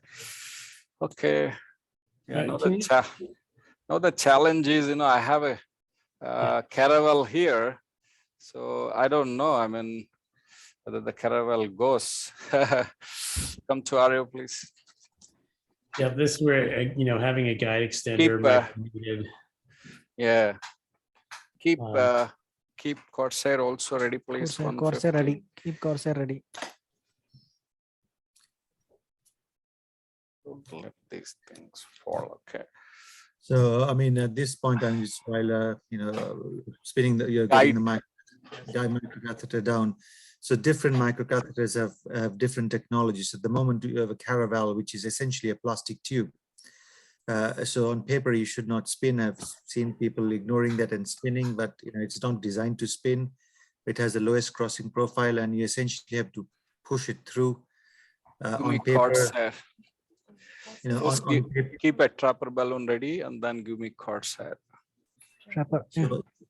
So on paper, this is easy to cross, but at times it does not, and you need to go back to something like Corsair Pro or Turnpike LP because you need that little forward momentum with your spinning.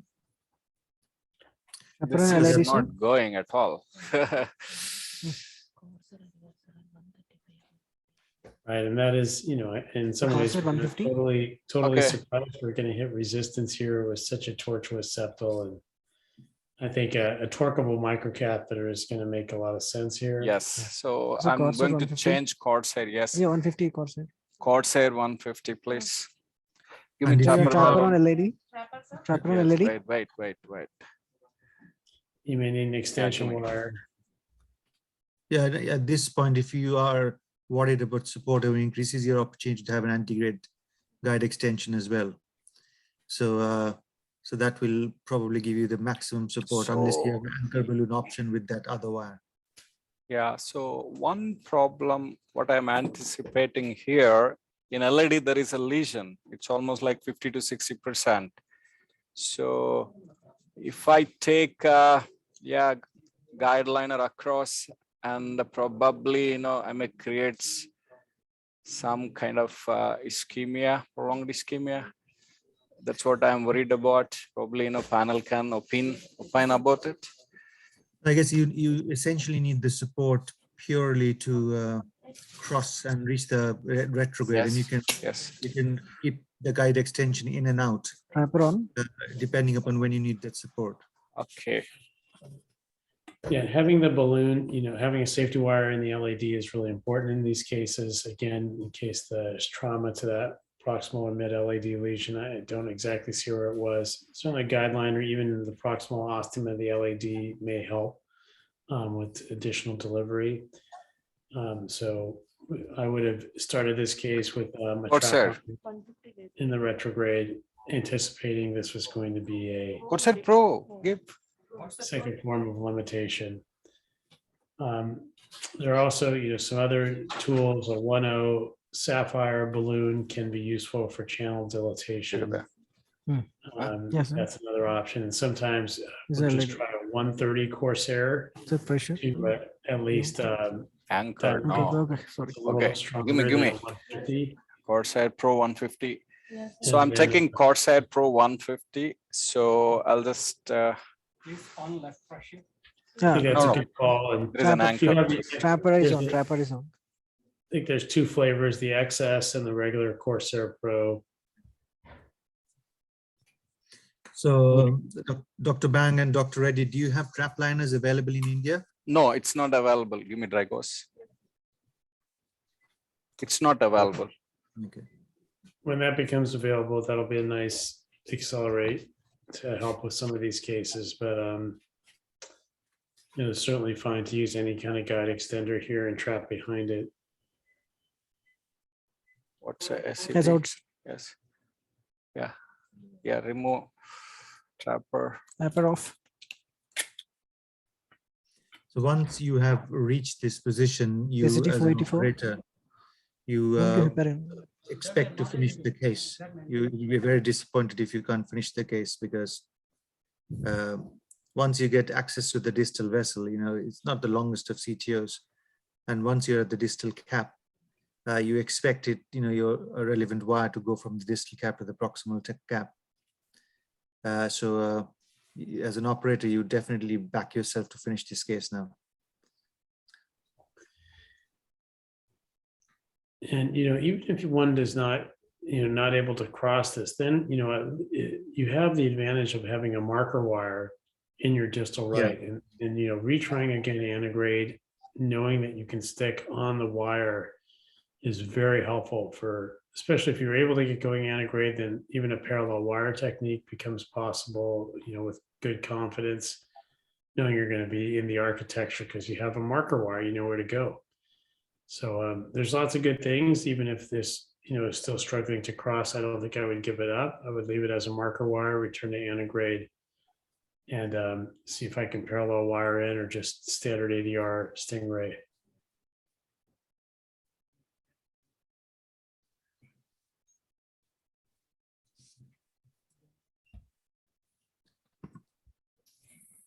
Yeah, I mean, it's, I guess there's certain parts of the world where CTOs are essentially done by radial wherever you can, and very rarely 8 French is all 7 French nowadays. But 7 French radial is like a 6 French femoral as far as support goes. And I still see, especially our colleagues from US, they still use a fair amount of femoral and 8 French. But when you have these situations, you think maybe I had a bit more support. And I guess that's where, having all the relevant kit and the consideration of how you can increase support, with some of which we have discussed, like whether we can use guide extension, where there's an option for an anchor balloon in the left system somewhere. Because if you had an anchor balloon, this would have again gone, but whether that option is there, all those factors. But yeah, at the end of the day, this is about support. But this microcatheter is through more or less nudge, which is going to take the bend and then you're in the distal RCA. Really good effort here. Again, nothing has come easy in this case. This is part of the art, is the perseverance and recognizing. Of course, Corsair can be spun either direction. Of course, more recommended to go counterclock, but I think more people are comfortable clocking it.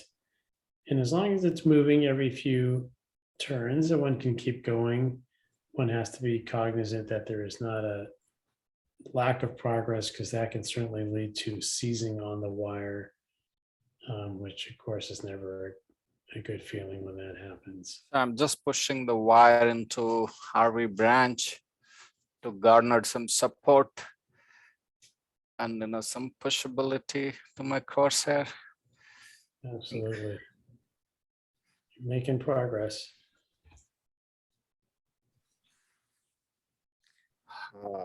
How often you see catheter fatigue in such a difficult septal crossing? Because we had a case which we did in 2 days back, so the same problem. So once we crossed the septal, then I ended up in not able to send my RG wide through this corsair. Right.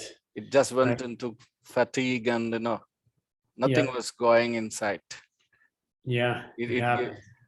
It definitely happens, and it's hard to know. I think if we had unlimited catheter supply after we've rotated this 30 or 50 turns, then before we do that exchange, we might come in with a fresh microcatheter, but no good way to fully see it. It's partially just that feel, and that stickiness that is increasing makes one wonder.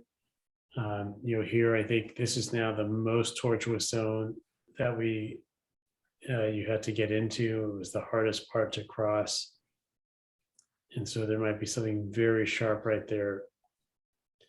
So I think the only way to kind of, cross that, if this doesn't go in the next few moments, is to really commit to a retrograde guide extender. And it means you may have to angioplasty the LED every now and then. You may have to stent it on the way out. Those are definitely. So I'm almost reached, but it's been too hard. Dr. Jaffer, what I guess you have the Teleflex group of microcatheters in US as well, right? The Turnpikes and the Turnpike LPs and the classics. Yes, and I think for this case, I would have definitely used the Turnpike LP probably as my default approach. Just recognizing it's going to need to, it's so tortuous. I'm going to need some torqueability. Between that and the Corsair Pro, I think it's a little easier to use the Turnpike LP. One can slide it a little bit more. One can, spin it a little bit more with progress. But the Corsair Pro, and we tend to use the XS flavor, I think, more than the regular Corsair Pro, is also a great option. And have you had experience ballooning septals? Does it work? I do. In this case, I would definitely have a low threshold to take do you guys have access to the Sapphire 1.0 balloons or another 1.0 flavor balloon? If that's what I would use, at kind of low pressure, 2 to 4 atmospheres, just to channel dilate. And I think at low pressures, and we have not had ruptures or perforations. And so, sorry, Dr. Reddy, where do you think your retrograde wire is? It's in RCA. I know. I mean, because you made progress. You're no longer in the RV wall branch. You went further up. Yes. Yeah. So, do you think that helps you to consider an antigrade again? Yes. I mean, that's what I'm thinking. So if it doesn't go, I'll just try and wire my antigrade. Then probably I'll trap that wire with a balloon, and then I advance. So yeah, That's what I'll consider. Yes, come to LO, please. Give me torquer, please. Yeah, I think you're suggesting that if you can actually wire the guide and then, balloon pin that wire, then that would help you get your retrograde microcatheter down. But I also think Dr. Chowdhury's suggestion is to just, again, now you have a very proximal marker wire. Maybe this is a great time to come back in with like a Pilot or Mongo and just see. Probably.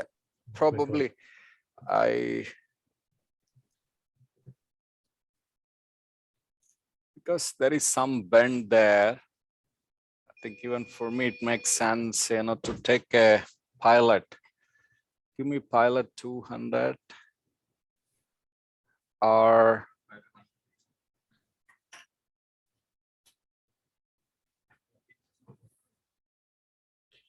That's nice. See, as Dr. Chowdhury astutely noted, your retrograde wire kind of climbed into the distal half of that CTO without even any catheter support. You're way back. This is, a light wire, Xion.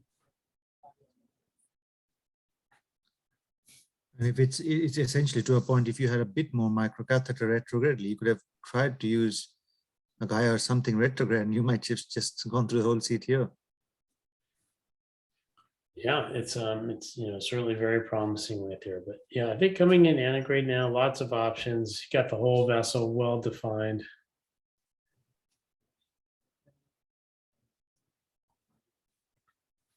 give me Pilot 200 or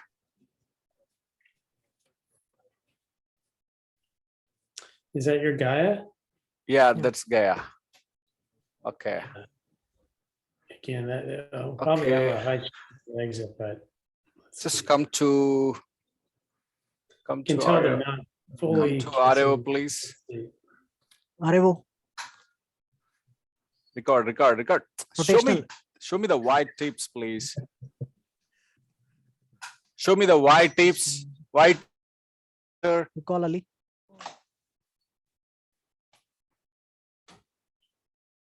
See, I think this is something which really helps recording. Yeah, rotational. See, go to LO. Come.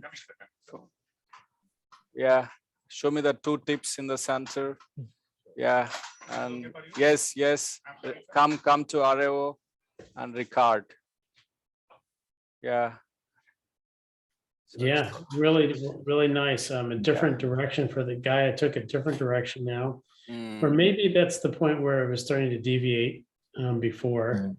But now you have a really nice mark. You know where to go. Yeah, you might lose your guide in this view, unfortunately. Yes. Go to RO, sorry, LO, please. But I advanced. Wire got advanced. So now you know where you need to go. And is your balloon up in the antegrade system? Not yet. It's only anchor balloon which is sitting there.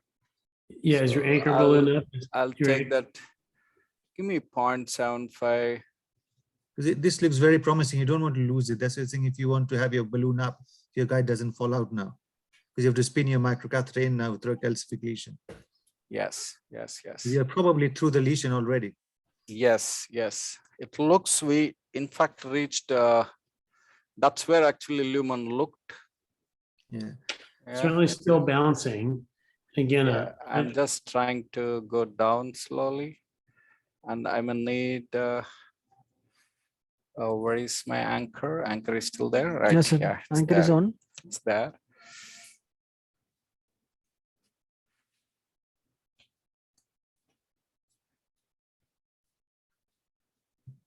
But apparently there are a lot of loops in the wire, in the vessel. So if you can get your microcatheter in now, a slippery wire is just going to slide through now. right. yeah, it's not supporting. So anchor. So Anchor. what's the pressure in the anchor? 4. Go to 6, please. 6. Okay. Okay, I'll just take good support. And I'll try to advance. There is a lot of calcium also. So, oh no. I think I need a 0.75 balloon. 0.75. Okay. Yes. Yes. Yes.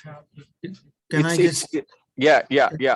so your anchor balloon is in the branch, is SN In the branch. SA nodal branch. Yes.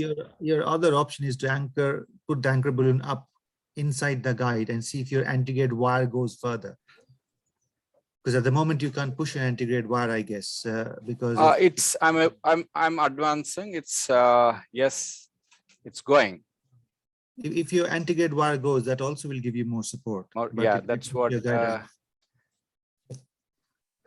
that's what I wanted to. Yes, it's it's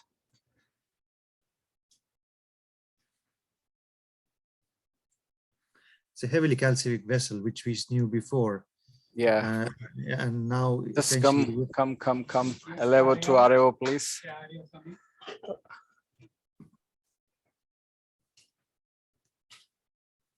Okay, Cable.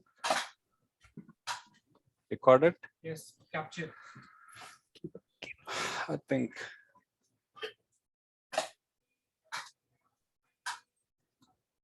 So there is, yeah, okay, I think that's fine. Probably I'll just redirect in this view.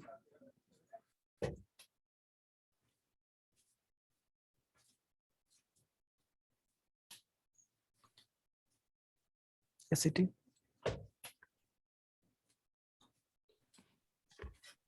Yeah, there is a loop there, which we can appreciate. I think. and unfortunately, Gaia is not the best wire to make these loops. Yes. Okay, so I think I'll just make some space with the balloon. Go to LAO. Go to LAO. Yeah, now. Yeah, I need a. To close this. Okay, wire extent. I need a extension, please. Wire extension.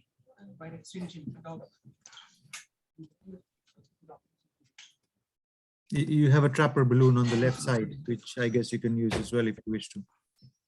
But see, if I have to put trapper, I have to remove my anchor. What size anchor balloon do you have?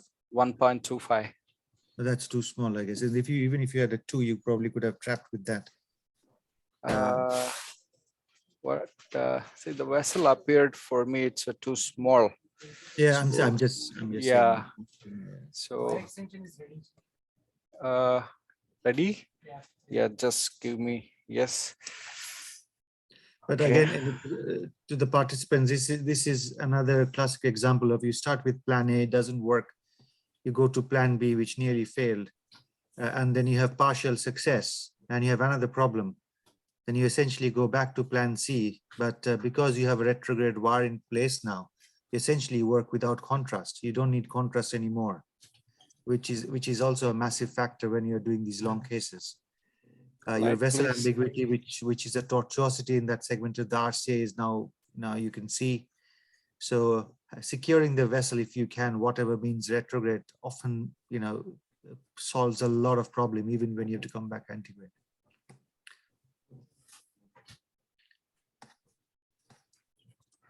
I'll do it.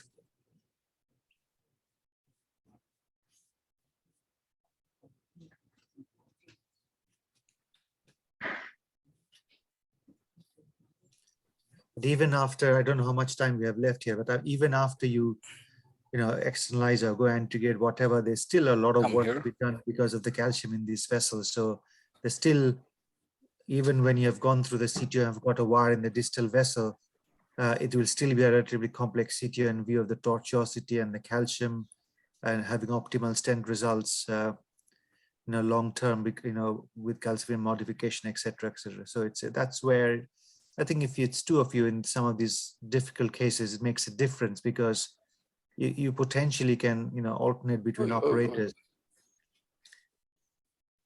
Because otherwise, once you go through the CTO, there is a tendency to try to finish the case quickly.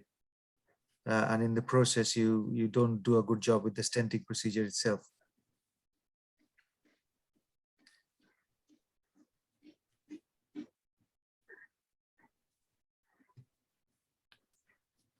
Outside. Okay. Come this side. Give me the balloon 1 point. Sir, that Sorry. alveo or 1.5? No, 0.7. Yes, alveo. Yeah. What is it? Wait. Alveo? Yes, alveo 0.75, please. Yes, yeah.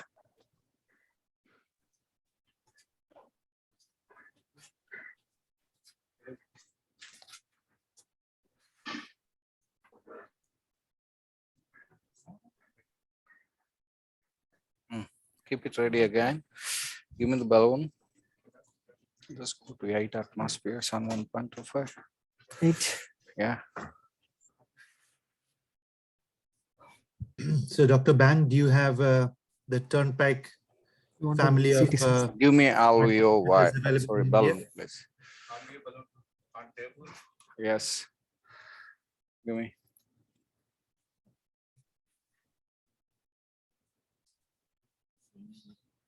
Hmm? Okay, so how much time we have? You already exceeded the time. Oh, I'm sorry, but see, I really, I thought it's a Take another reflector. easy case, but yeah, that's Take how. another Already- reflector. That's Already what- 15 minutes up. Oh, okay. And that's how, city was behave, but nevertheless, we have, demonstrated, many things like what if step 1 fails, step 2, then if step 2 fails. My deflector. So now, I'm just trying to send a small balloon and Is it- okay. Is your trapping balloon up? Yeah, it's no, I have one balloon in antigrade guide for anchor. Sorry, I meant Another- the anchor balloon is up, yeah? Yeah, it's up. It's It's up. It's It's 8 up. atmospheres. It's up. You can see there is some progress. Yeah. Yeah. So let me just go slow because I don't want to pop things out. And probably, I can dial it here and slowly I can do a leopard Deflector. crawling technique. Okay. Yes. Deflector. Please just dial it, please. Just And a you can minute. keep another balloon ready.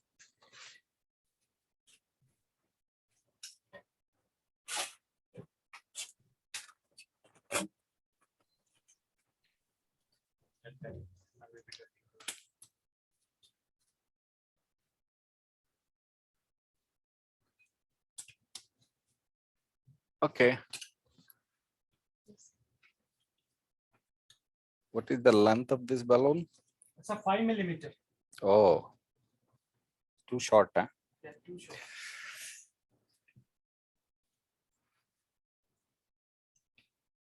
Pressures are okay. Yeah, Akhilesh, take care of pressures, please. Dial it. Going 1, 2, So nominal 10, Three. sir. RBP Ah. 20. 4, 5, 6, 7, 8, 12. 9, 10, 11, 12. sir. Okay, enough. Small record. Yeah, Moving it to 1. negative. Wait.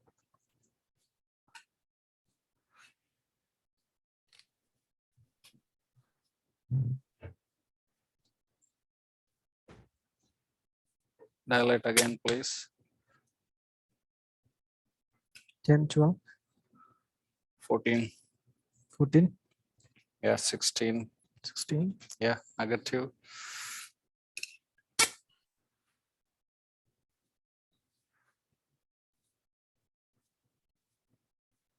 Dilate. 14, 16. Okay. Negative. Okay, ACT this one. And will your wire make any progress with the balloon there? I'll just inflate the balloon, and I'll try and send the wire. 14. Give me the torque, please. I inflated the balloon because Inflated 14 pressure, 14 yeah, atmosphere. keep it, no problem. And then That times in calcific lesions, when the balloon is up, the wire also grips. I don't know why, but it does.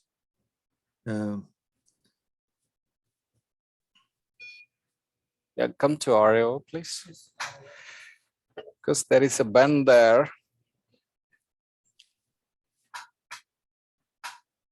Yeah, I can see. So from there, it's not going freely. So I'll just come back with the wire. But at that point, you're through the CTO because your retrograde wire is so soft. Yeah, yes, It has yes. to be within an open vessel.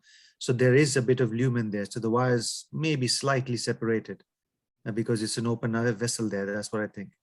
It's not going freely.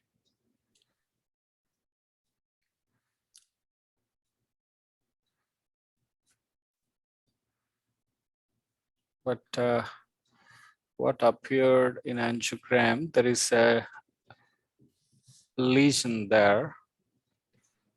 Maybe my wire is just gone back into the lesion, probably.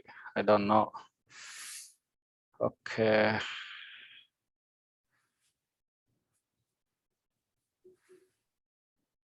Yeah, just go to LO, please. ACT. ACT is fine, right? Oh, sir, I'm not able to collect ACT. I want to collect ACT. So it's open.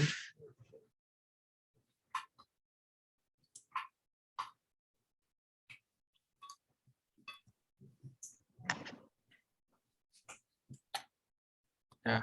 Now you collect. Don't pull with section. Okay. I mean, with your balloon down, it's worth trying to wire again because at times that frees up the wire slightly when the balloon is down. Yes. Balloon. So yes, negative. Balloon is not really Advancing. yes. Not really advancing. Yes, yes. Dilate, please. 12, 14. Maybe I have to take a bit larger balloon there and dilate and try and crack and go with the small balloon again. Negative, please. Your other option is try to burst this balloon if you think you're not going to bring it back. If you're not going to use it again, you can. Yes, yes. Yeah, go. 14, 16. 16, 18. 18. Yeah. Go to 20. 20.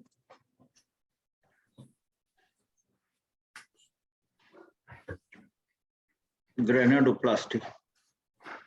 Yes, yes. But your retrograde wire seems to be advancing. Negative. 30. Yeah, that's stuck there only. 30 negative. It's not going beyond that point. I think I need.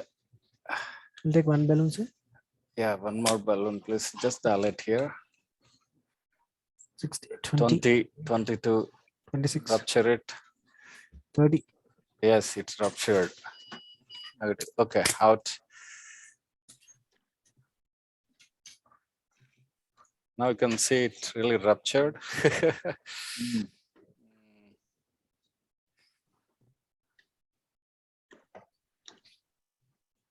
Yeah, now just give me 1.25 trick.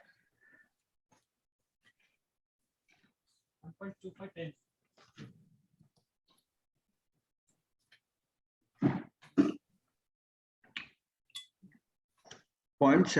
balloon, which was the make? It's a Trek balloon. This 0.75 alveo. LBO. Yeah, even I'm using for the first time. Okay. Because yes, please. Yeah, it your, is. your antigrade wire is Gaia 2. Yes, yes, Gaia 2. If there is a calcium, Gaia 2 may not. Yeah, it may create problem, but Yeah. we are already across. Just let me see.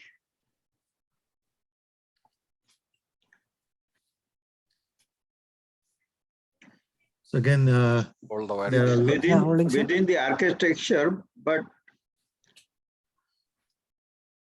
yeah, I think the anti-grade wire is in a good place. You know, I mean, all you need is a bit of now something to help it navigate, or to change the wire to hydrophilic, polymer jacketed wire. If you can get a microcatheter closer, you can just change it to polymer jacketed wire, and it should go through. So what I would do as next choice, yeah, now I think my 1.25 gone deep. Okay, I think that Cdo Plaster really worked. looks like. Okay, yes, connect please.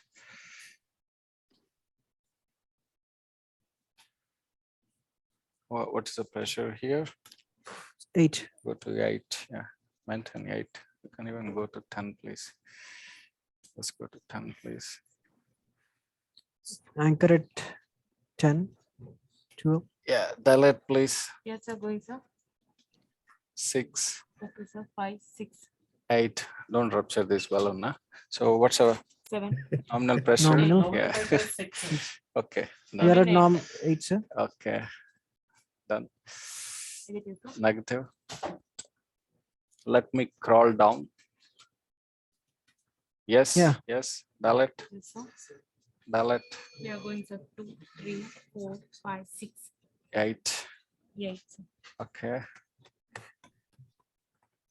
I know you have tried, but why don't you try the wire again to see whether it progresses? Yes. Yes. While the balloon is inflated. Yes. Yes. I don't know, when the balloon is inflated, at times it grips the wire, I find it. Yes. At Yes. times It may not inflated. advance. Yes. Yeah. Yes. And if it doesn't, you hope your microcatheter will reach this area, and then you can just change to a polymer jacketed wire, so.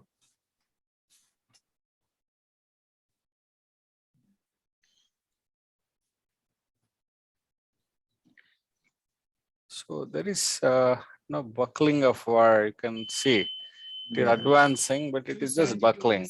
Maybe I calcium send you there. 2000. Negative. Maybe calcium there. Yeah, I mean, you definitely have calcium there, isn't it? So Can you try some different wire? Dilate again.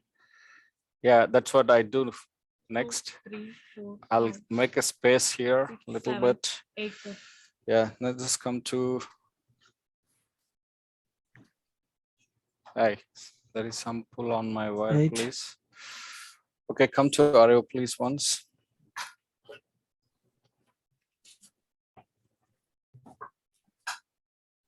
Yeah, this is the gap. bend which is creating problem. But that gap is reduced now. Earlier, there was a good Not gap really. between. Not really. I mean, basically, I came Yeah. back. Okay. That's why, The so gap you can is see still here, exists. it's going freely. There is not much I'll tell you, resistance. yeah, I don't think, yeah. Has it gone antigradely now, is it? No, it's going down, but definitely it is not. That's okay, but I guess it gives you enough support to now come down with your microcatheter and take it from there. Yes, yes. I wouldn't be surprised if your wire is absolutely in the right place. Is it? Yeah, even if it's not a big deal, you're past Yeah, the distal. yes. I can take a abdomen, or even I can. So basically you have punctured the proximal cap. Yes. Okay, come go to hello, please. So I think it's yes. So advance the balloon. Yeah. Wait. Negative. Yes, sir. Yeah, you have pilot 200 here. Negative, please. Negative, sir.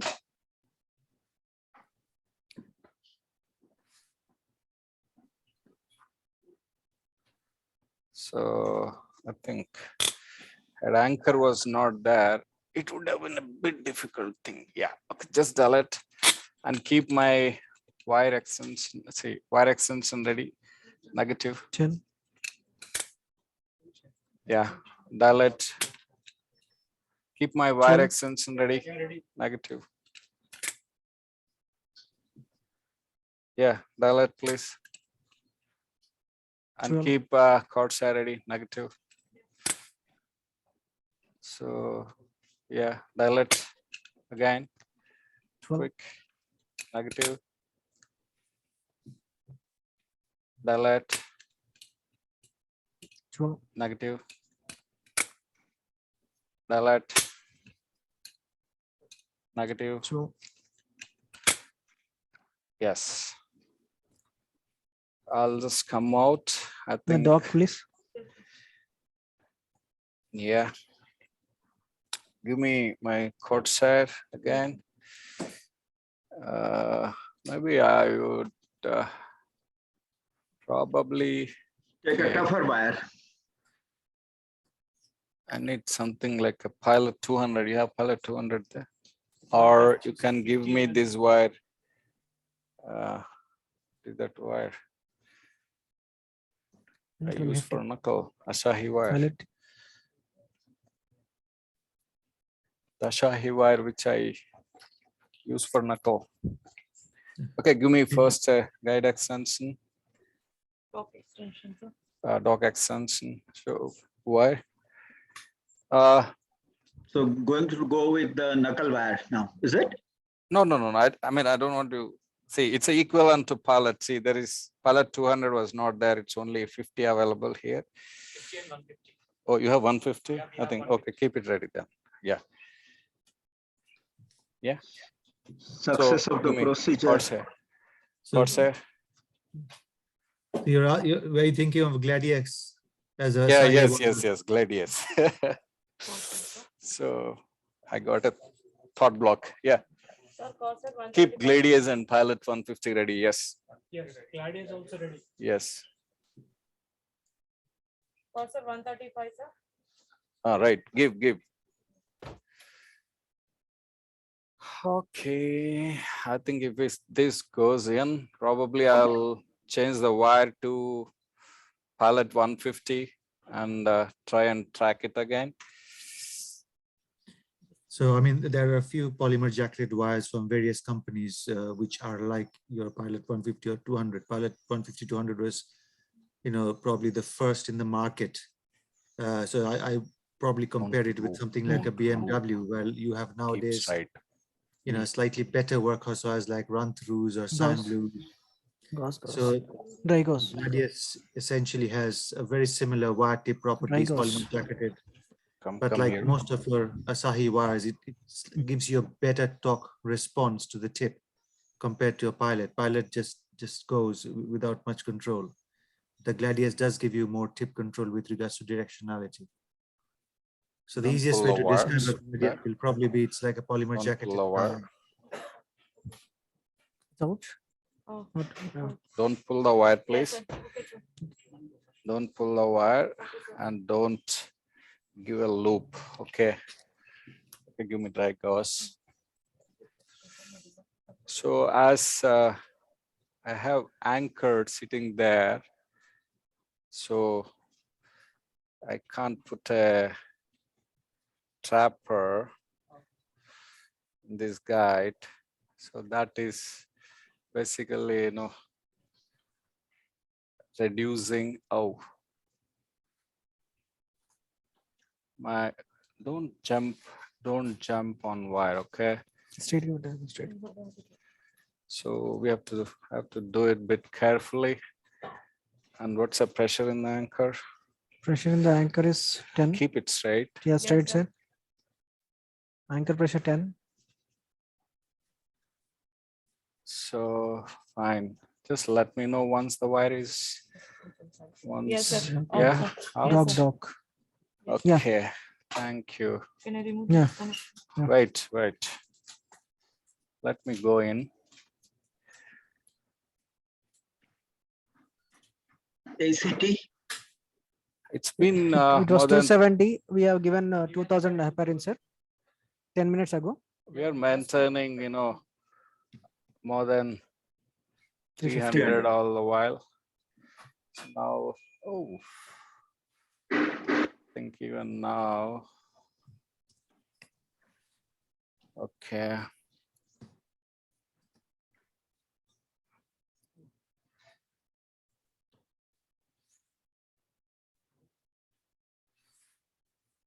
పడుకోండి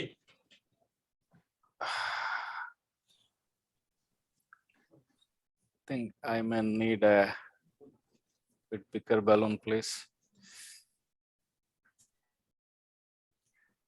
2.5. Keep on. Don't say you're too ready. Are you in with the antegrade microcatheter? Yes, I'm trying to go in. It is giving a lot of resistance. Yes, I'm It's blue literally, question. that's the reason actually I took Corsair antegradly to begin with, because nothing else will support. So now my Corsair is in, definitely significantly advanced. I think this is where probably I can Change the wire. yes. So I'll just advance my retrograde wire a little bit. Yes, Yeah, if it isn't it's almost microchannel. in the tip, right? Now come to give me pilot 150, please. Perhaps your retrograde wire is into microchannel retrogradely. Yes.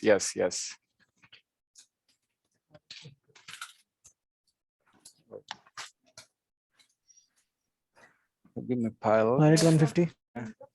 Give me introduce you. Yeah, give me.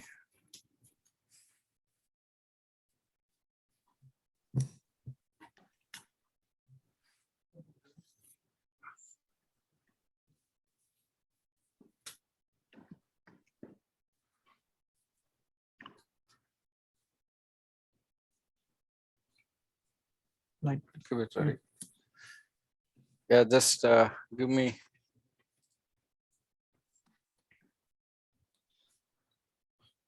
Hello. Yeah. Taking notes, sir? Yes. Yeah. Okay.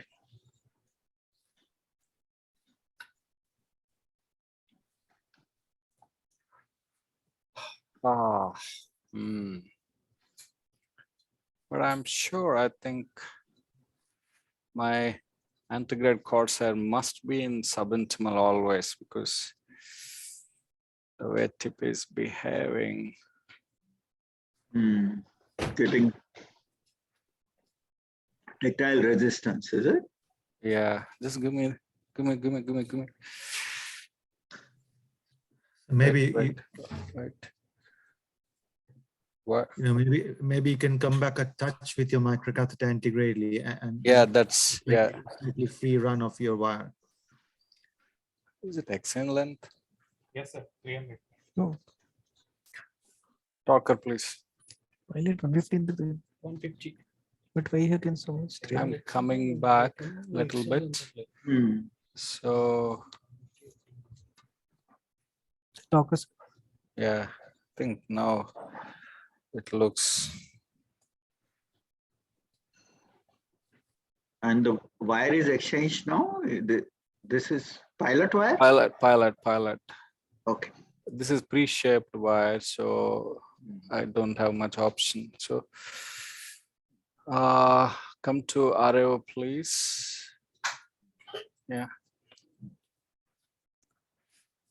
This is perhaps the toughest part of that CTO. Yes, yes, Maybe a lot of calcium there. yes, yes.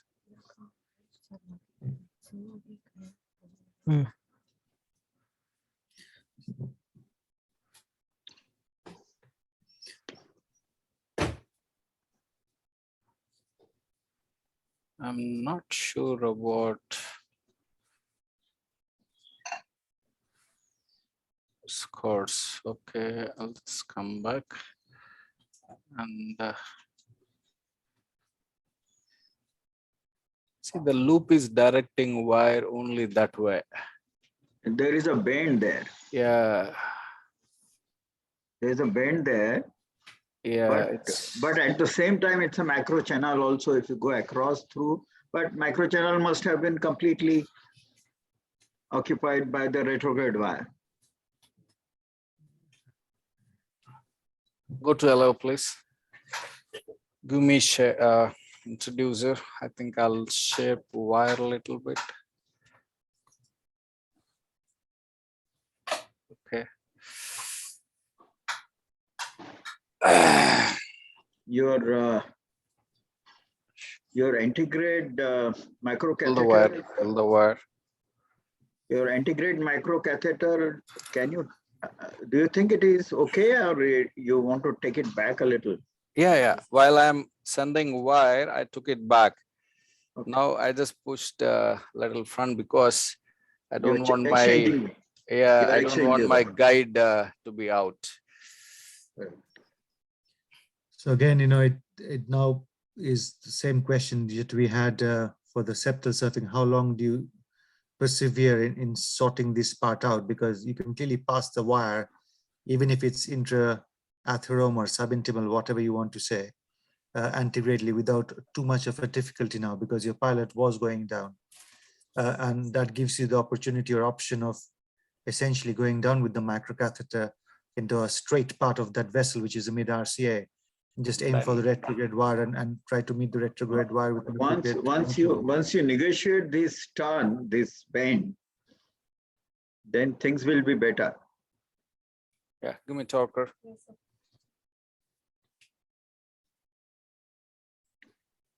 This is 200 pilot. Yeah, no, it's 150. 150, and in fact, it's a.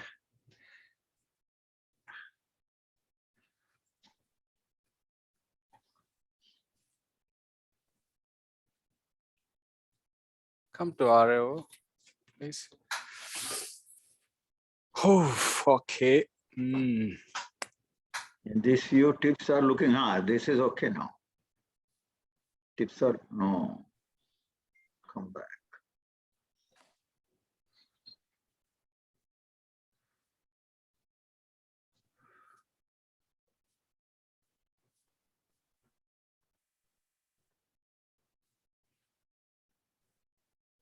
I will advance my retrograde wire a little bit. Torquer here, please. Yeah, it went further. Yeah. Just to guide my, I think, see, finally it is only landing there. So it looks like your integrate wire is also in the true lumen. I'm not sure. Not sure?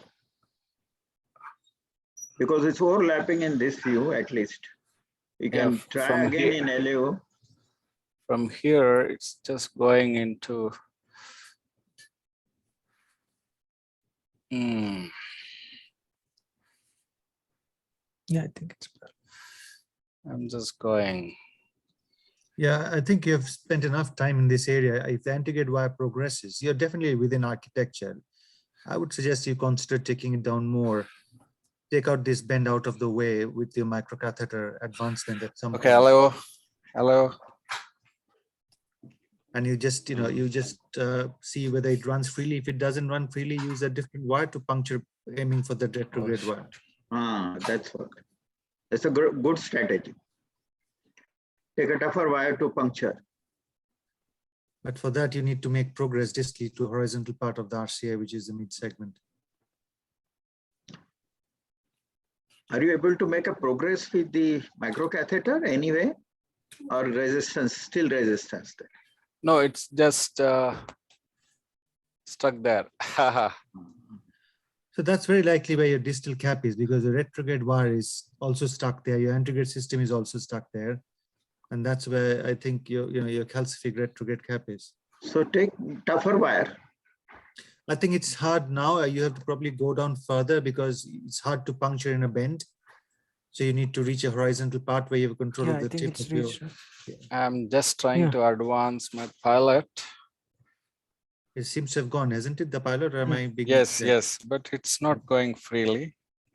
Well, you don't need it freely. That's what I'm trying Yeah. to get at is, because we have spent enough time with this difficult Yes. calcific bend proximally. I think it's advanced. So I'll little bit. also try to advance, Microcatheter. yes, Looks like it has gone further.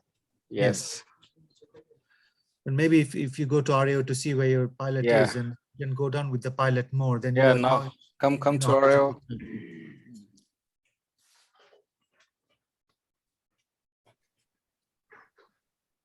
So almost both wires are, But as you were saying before, this is heavily diseased calcific area as well. So it's not surprising the wires are struggling.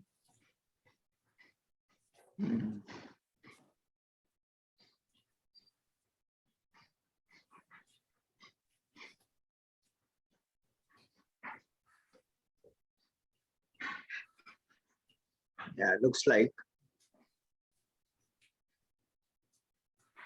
just come, Hello, okay. yeah, come from LEO to Rotational. RAO to LEO rotational. I think so. They're just hugging nicely. Yeah. Okay, I think I'll go down further with this. Yes. But tip. I want to neutralize that bend. Yeah, neutralize that bend. Yes. Can you move with the microcatheter further? Yeah, I'm just trying hard. I think it just went. Yeah. Not completely, but Partially, yes. yes. Partially it is in. Yeah. Maybe you now God. try your antigrade wire, go further. I think so. It's bending. So there's some calcium there. Tough case. Yeah, really, really. Oh, okay. Yeah, retrograde wire, Yes. wire. Yeah, I just thought, probably is this the wire which is giving some resistance, and thought of pulling it down. And there is a lot of calcium. Huh? Okay. Okay. And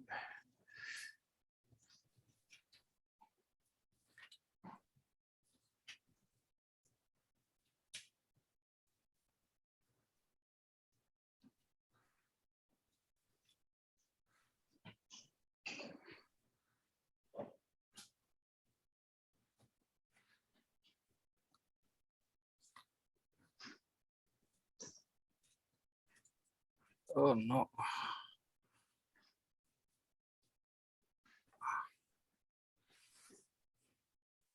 CP. Will exchanging to harder wire may help, or because that So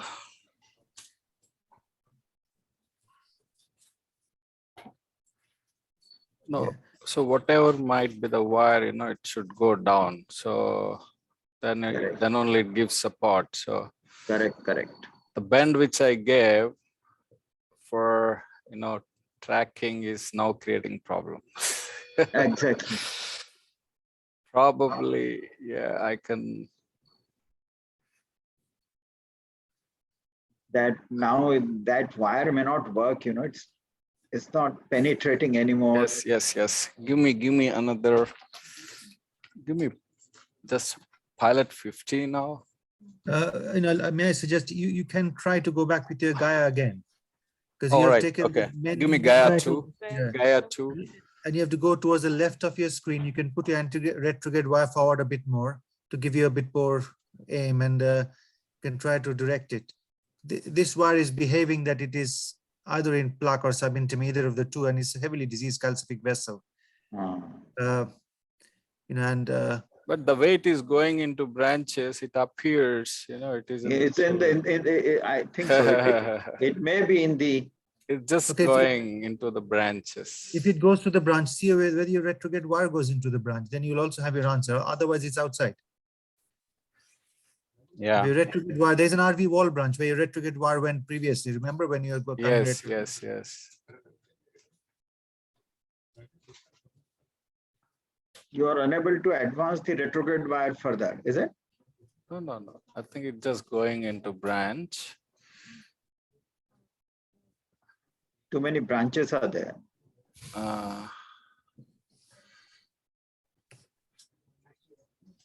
Antigrade wire bend is now problem. Okay, I think it's only going there. Give me the Gaia, please. Yeah, ready, sir. Let me try. Okay. Gaia 2, same one. Same one. Yeah.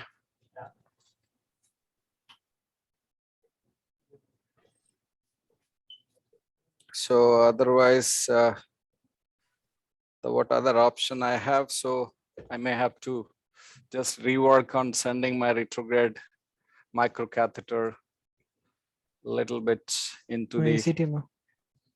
PDA. So just come to RO, please.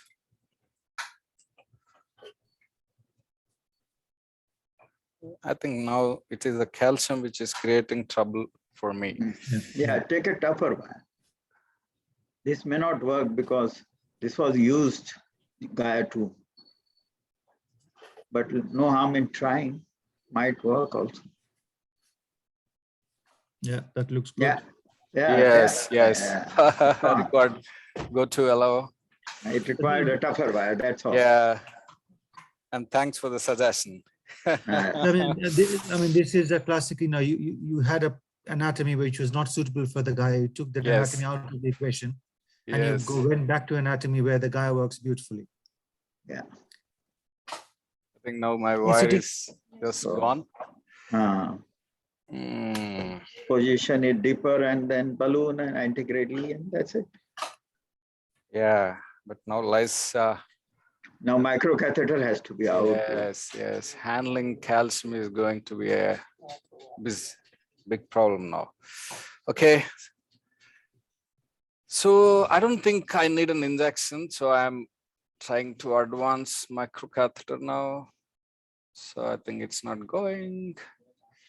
So Leave it there. Don't do anything with. Now your antigrade wire is across. Okay. So I can take a balloon. Do you Take have a balloon. another 1.25 or 1 millimeter. Might find difficult to cross. Wire extension. Dock Please. extension. Give me wire extension, please.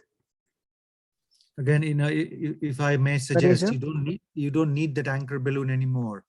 You can take that 1.5 out, take a 2.5 normal balloon, and just keep anchoring on it, because the dock is not a very comfortable way of working. Take it. Negative. Yes, and give me trapper. It's a 2.5, I guess. You can take a normal balloon if you wish, which is cheaper than a trapper. But you have a trapper open on the left side. We use only normal balloons for trapping. So we don't have trapper balloon available here. And probably, one reason is the cost. So. Which company trapper balloon is? It's a Kaneka Corporation, if I'm right. We're not using, it's not available. I think trapper is Boston balloon. Boston. And trap it is Abbott. We don't have those things in India. And I also, again, personally, we don't use it a lot for cost reason, but secondly, in these cases, we usually open a trap liner for the retrograde system. So that gives you the guide extension and the balloon all in one go. Yes, yes, yes. You know, so that's another reason why we very rarely open. I have opened it one recently because it, I hope you're not recording, but it was an expired balloon. So I said, okay, let's use it. So these trapper balloons are not available. So, and for us, it is like a routine 2.5 balloon is much cheaper than, you know, probably 10 times cheaper than trapper balloon. Oh, oh, oh, oh. What is the cost of trapper balloon in UK, Anirban? It's about 100 pounds. Your normal balloon is around 30 pounds, 25, 30 pounds, a normal compliant balloon. Non-compliants are around 39, 35, that sort of pounds. And yeah, trapper is usually, I haven't checked, when I last checked, it was around 100 pounds. That's expensive. I may need rota 1.25. Please keep it ready. You know, whatever I need. Yeah, just wait. May not need also. 1 millimeter balloon, short length. Yeah, give me the balloon. 1 millimeter. Oh, oh, oh. Teramo balloon. Do you keep Teramo with you? Yeah, yeah, yeah.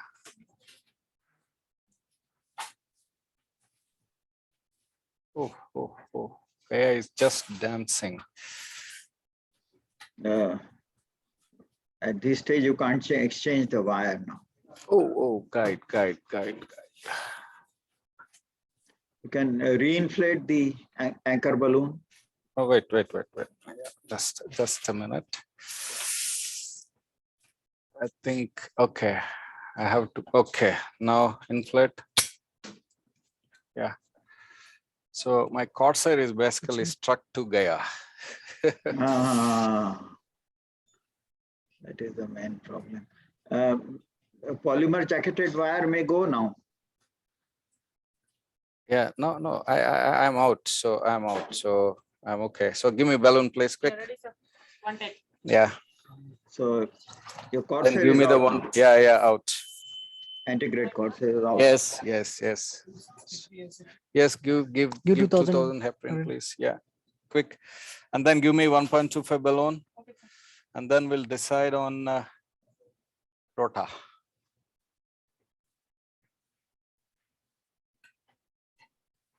I'm not comfortable in sending Gaia that deep.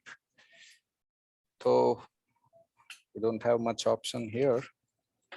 I guess, you know, once you have balloon, you get your MAC letter down and change it over to a normal wire. Yeah. Trapper is on. Yeah, trapper negative shell. Trapper negative.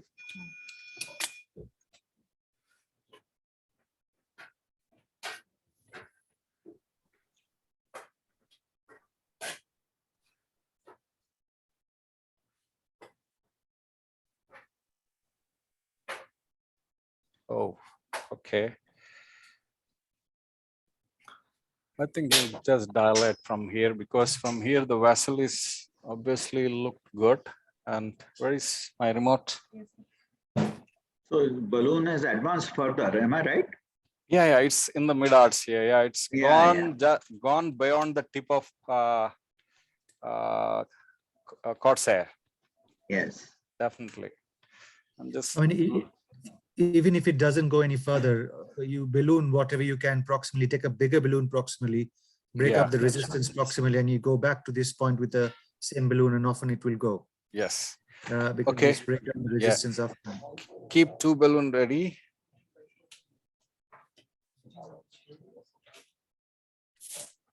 Set it. Yeah.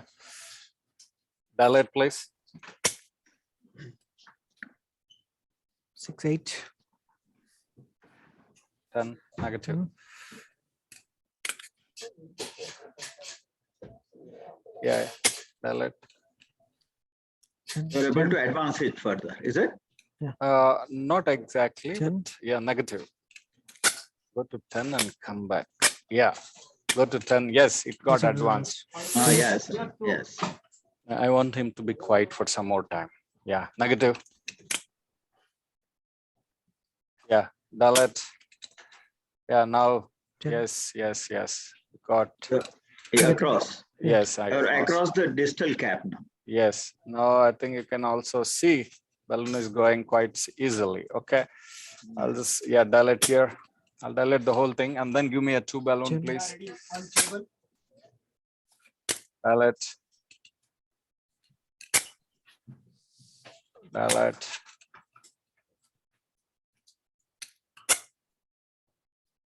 Dilate. If you want, you can change your wire now with your mic. Dilate. Yeah. This is 1.25, right? This is one. Yeah, okay. Dilate. This is 110 is it?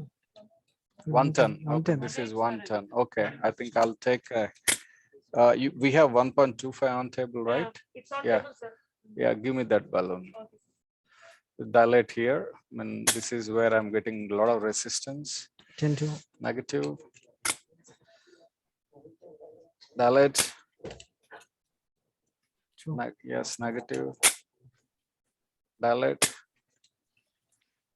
Yeah, give me that 1.25 balloon. Anchor on. Sorry, trapper on. No problem. 14. Okay, give me the other balloon and then keep Corsair ready and then we'll exchange wire to work Hertz wire. So Dr. Bang, how long do you think you can stay with Dr. Reddy, or can we come back after some few talks? Yeah, I think so. Let's go to the lectures now. I think. Yeah, we'll show maybe after first or second lecture, maybe 2 minutes, 3 minutes, we'll just show the result. Okay. That was everything was brilliantly done, Dr. Reddy. Very brilliant, very brilliantly done, extremely well done. Very tough case, antegrade, retrograde, and a lot of challenges. But fortunately, the distal cap retrograde channel, that's where we succeeded and got the confidence to do it. Trapper negative. Yes.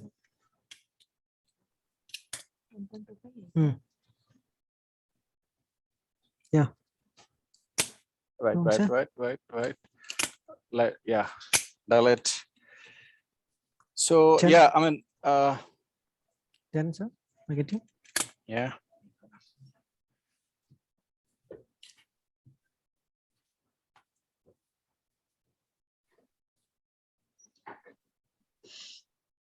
I think probably we can continue our other sessions. So yeah, we can come back. We can always come back. Yeah. Yeah, that will be better. Yeah. So we are going to exchange wire next with Corsair, and then we'll do rest of the stuff. He's sleeping. Keep Corsair ready, dilate. Yeah. Pankaj. Yeah, I think. 10. Okay. Pankaj. Negative. Pankaj. 10. Negative. Technical team, Pankaj. Yes. Dilate. Pankaj, who is Pankaj here? Anybody here? No, Negative? not here. Not okay, here. sir. Like, yeah, dilate. Yeah, negative. Give me chords here, please. Dilate, please. Negative. What pressure you are going? 10. Yeah, dilate. Negative. Dilate. Chords are ready now. Yeah, done. Negative. Yes. I think you have IVL. Okay, what size balloons we have? The mother.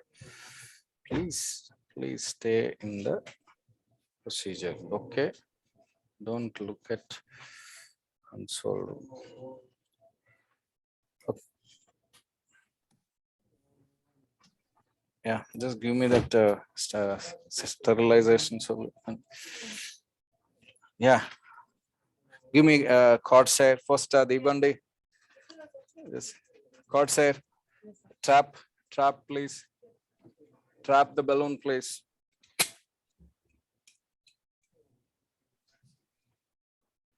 Yes. Yeah. Corsair, please.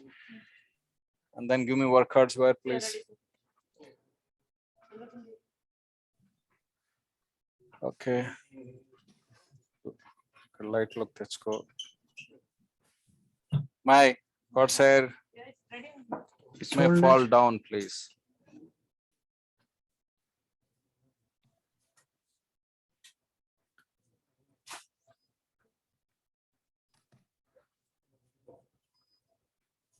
Okay.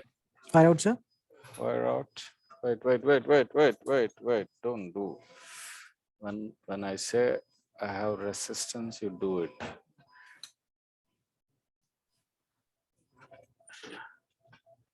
Yes, do it. Upper negative.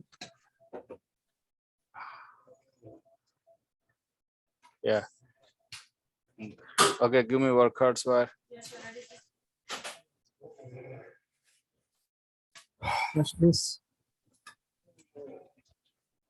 You're quite deep there. Yeah. This is again a 150 or 135? No, it's only 135. My Really? antigrade. My Okay. retrograde one is still there in the Sapco. Yeah, I know. It has to be there This is, till we finish the Renato. procedure. Renato, right? Okay. Yeah. So Pankaj? Yes, sir. Yes, sir. I'm here, sir. Yes, sir. Pankaj, don't go away from here. No, Be no, there just available. I'm sitting there, sir, So, from a No, starting. no. Be available and let me call upon one of the speakers. Let me find out. Dr. Anirban, are you there? Dr. Anil. Yeah, I am here. Can we have your talk? Because I see you are there and Farooq is there, but Farooq has sent me a message that he's gone for a call. Okay. So I think we have to Okay. start with your lecture and then we'll come back. okay. Pankaj, Thank you.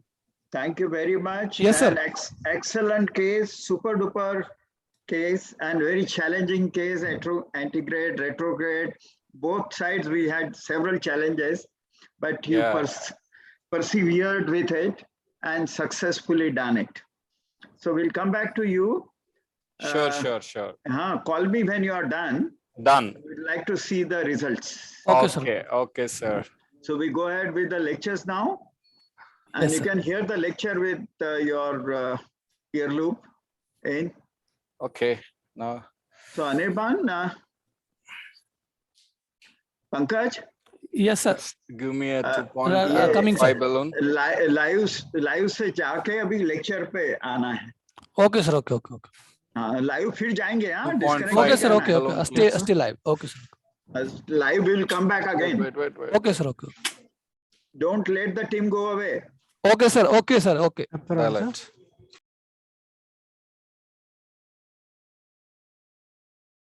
Okay. All right, that's better. Let him first. Anirban, can you come up with your share the screen with your slides? Yep. Yeah.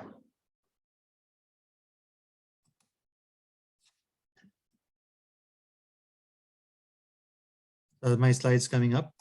Yeah, very well. But Can you see it now? yeah, we can see it. Right. So I think it's evening for you guys in India. So good evening and maybe still morning for some of our panelists in US. Yes. Thank you, Dr. Bang, for inviting again. And it's been an excellent morning demonstrating the difficulty of CT PCI. Pankaj. Yes, sir. Yes, sir. Yes, sir. 35 minute का timer चाहिए. Okay. 35. Okay.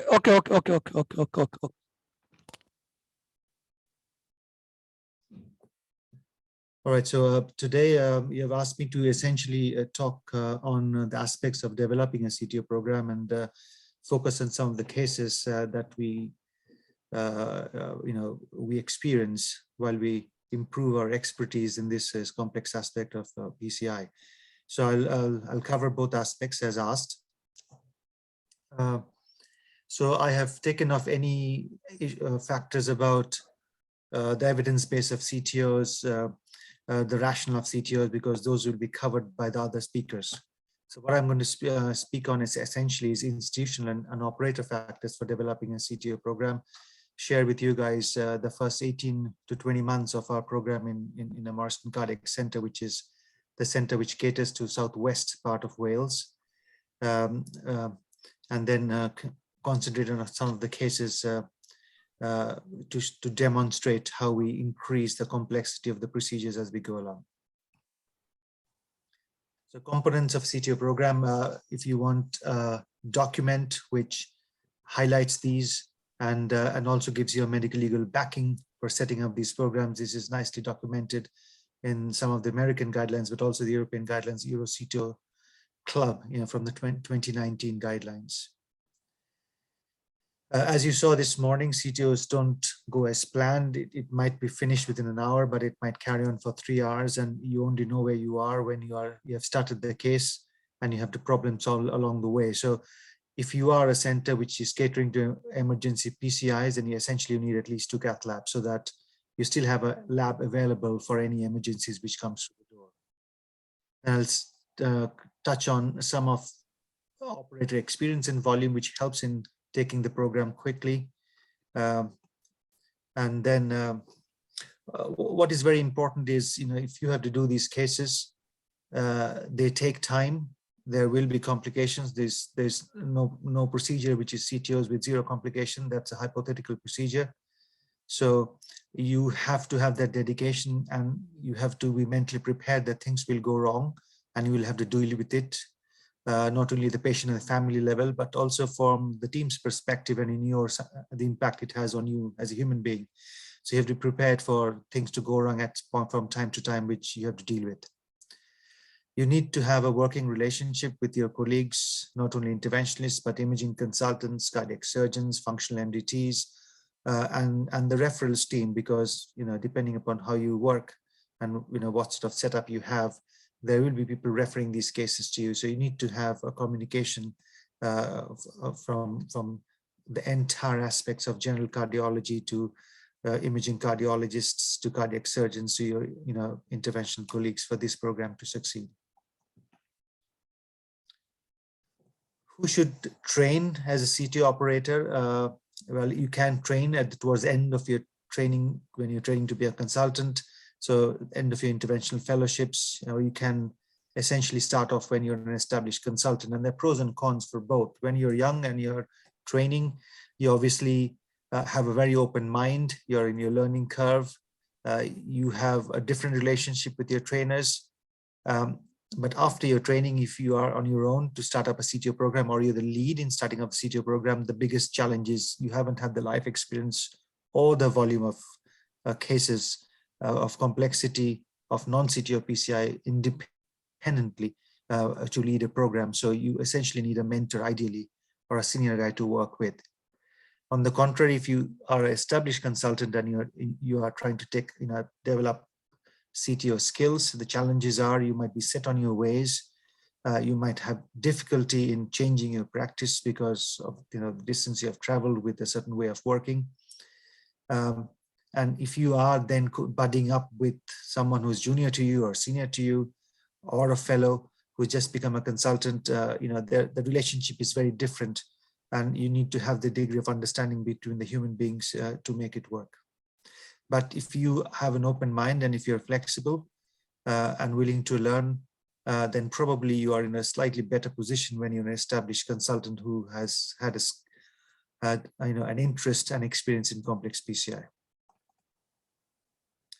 Operator volume, there is no set rules, but personally, I think you need to have done at least 1,500 PCIs before you endeavor on these procedures as a first operator or with a degree of independence.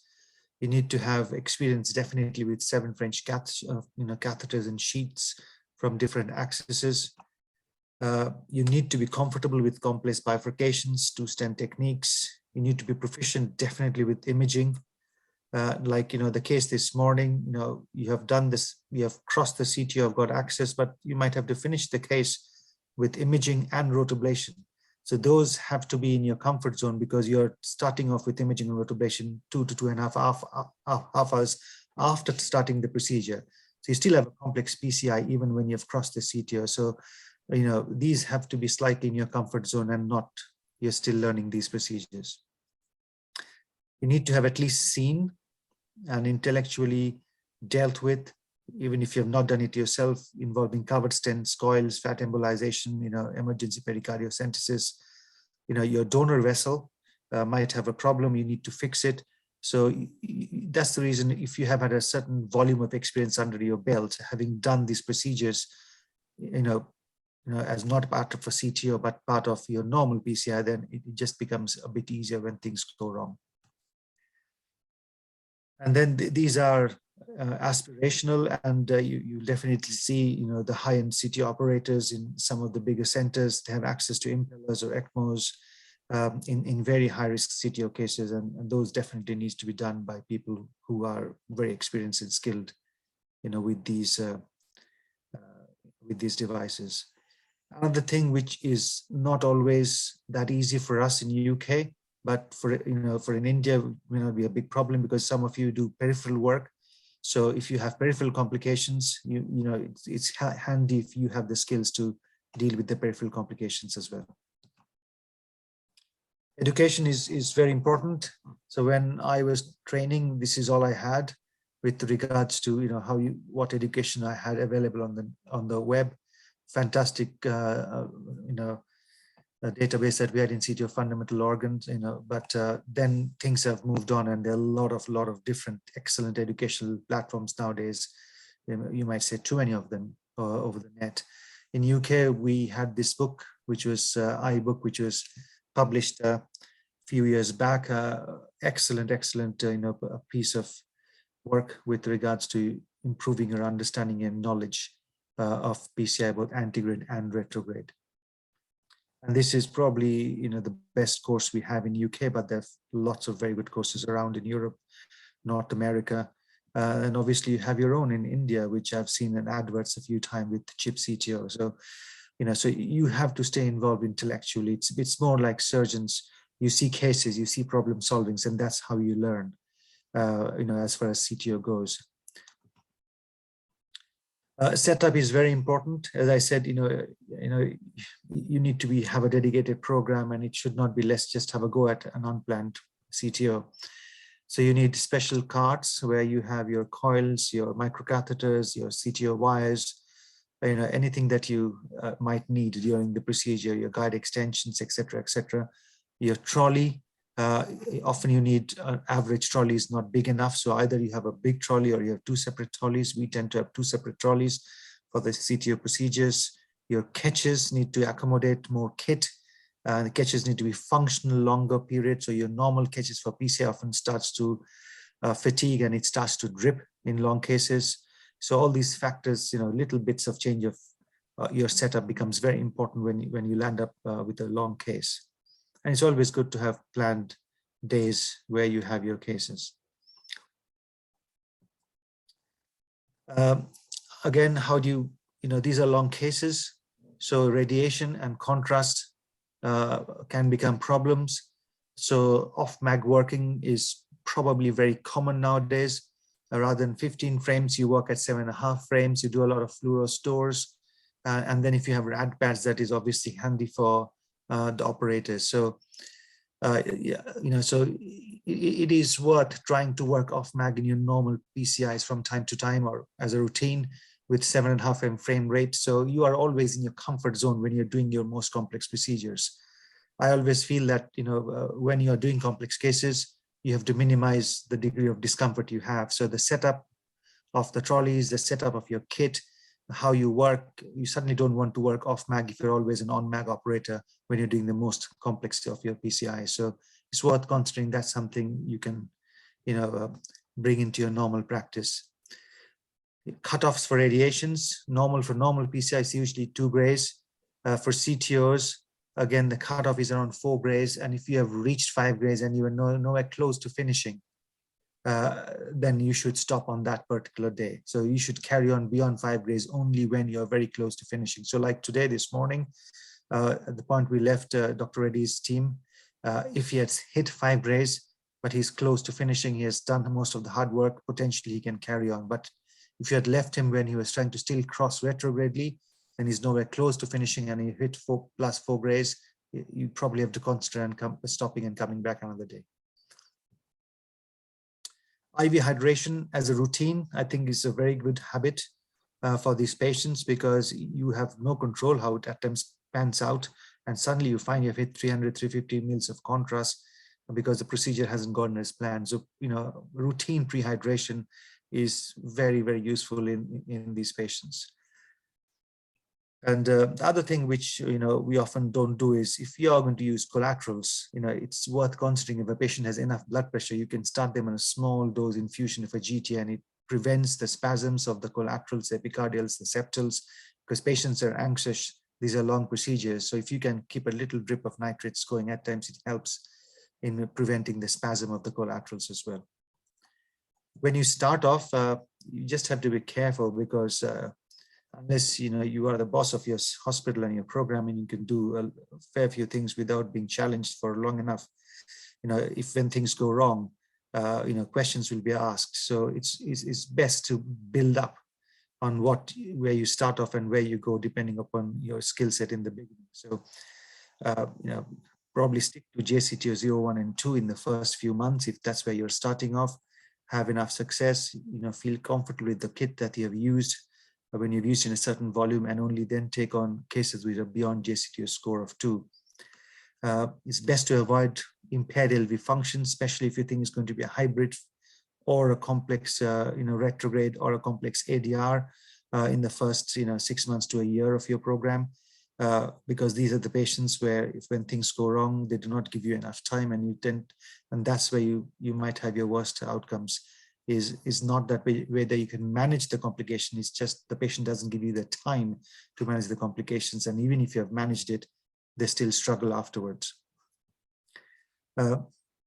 It's always good to maintain a data set prospectively. So if you're questioned, you can show that this is what you're doing. It's your own governance, gives you an idea how you are doing, and anyone asks any question, you can show that data to them without any worries. Success helps a lot way.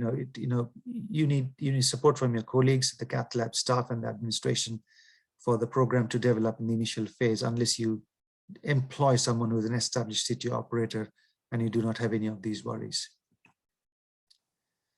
In general, this is the algorithm which is suggested at how you go. Initially, you concentrate on the antegrade wire escalations, and then potentially the easy ADRs. There might be some debate whether ADR is more difficult than some straightforward retrogrades, but the easier ADRs is I think is worth trying, especially your lasts. We're not very long CTOs, 20-30 millimeters of ADRs is okay, and at times you can control it. And then you go on to your retrogrades, and your final bit is essentially trying your epicardial collaterals and then dealing with patients with LV impairment.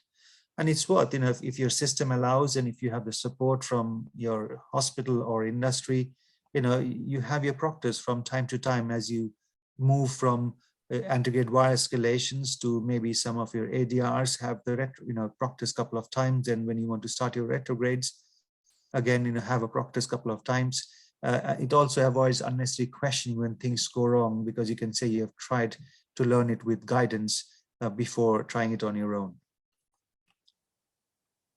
So this basically, this is the data we had in the first 18 months to, since I joined Morrison Cardiac Center, which is in the middle of June 2019. And you have to remember that this also, encompasses a lot of the COVID activity, which affected elective PCI and elective activity in various parts of the world. So this is the data which has been largely maintained by myself in a semi-prospective fashion, and it includes most of the cases that done by myself and my colleague, who we work together definitely in the complex end of the spectrum. And over time, you become more confident and competent, and it's no harm doing some cases on your own, especially with reasonable LV functions, even if it's anatomically complex but I'm just showing you the data for the first 18 months to give you a flavor of how we developed in the program in the initial periods. This is the database which I maintain. So it, I don't know how much it projects, but you have basic factors, then you have access, the various types of access that you can use, your JCTO scores and Castle scores, then what the procedural details with the vessel attempted, etc., etc. As it carries on, and at the end you essentially have a column of complications. So these are all columns of complications. And then you have any comments that you want to make about the complications. For example, this one says the forearm hematoma, no delay in discharge. So these things help, and it helps you to analyze the data in a more thorough fashion than otherwise if you just interrogate your centralized UK data. So in these 18 months, we did around 133 CTOs. We did a bit more because at times the easier cases, you tend to forget to put on your database, both myself and my colleague, and even if other colleagues have tried and had been successful, these do not often make it to the database. So we've probably done a bit more, but it's probably, I would say, 90% of the work that we did between myself and my colleague is included in these 133 cases.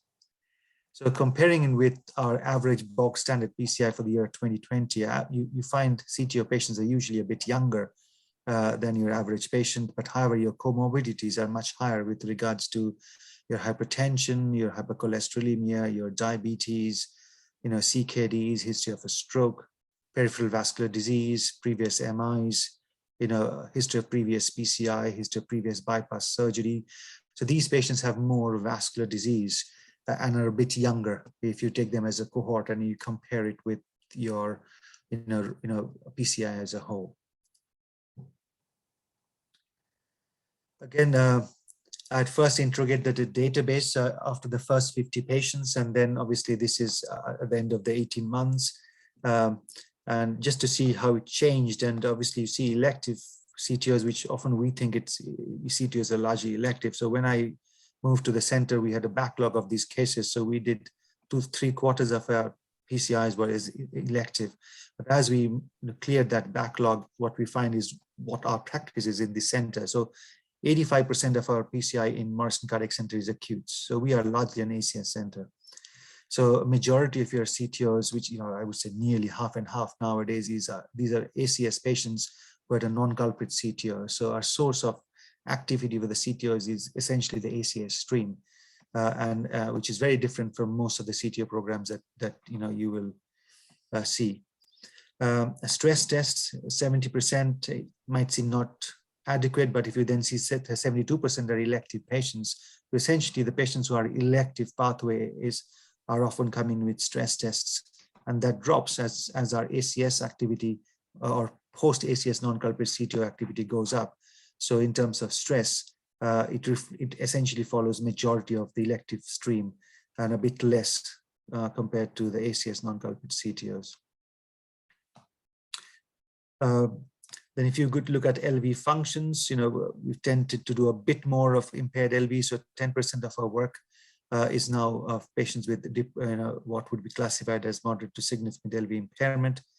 And again, in keeping with the type of disease that we see in this area we work in, big majority are essentially multi-vessel disease. And that's a reflection of the slightly older population that we serve, a reflection of slight, reluctance to access the medical healthcare system, which is more cultural, the part of the work you work in. So that reflects more advanced disease in terms of when we meet the patients for the first time.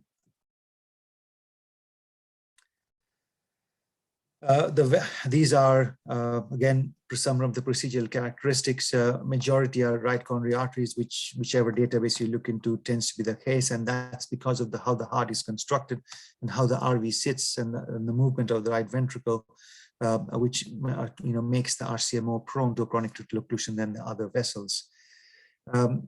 Initially, we were a mixture of biradial and radiofemoral. 7 French. I don't think we ever used an 8 French, but as you see over time, we have moved to essentially largely a biradial center, and the 126 is left distal radial. So we tend to use a right radial and a left distal radial.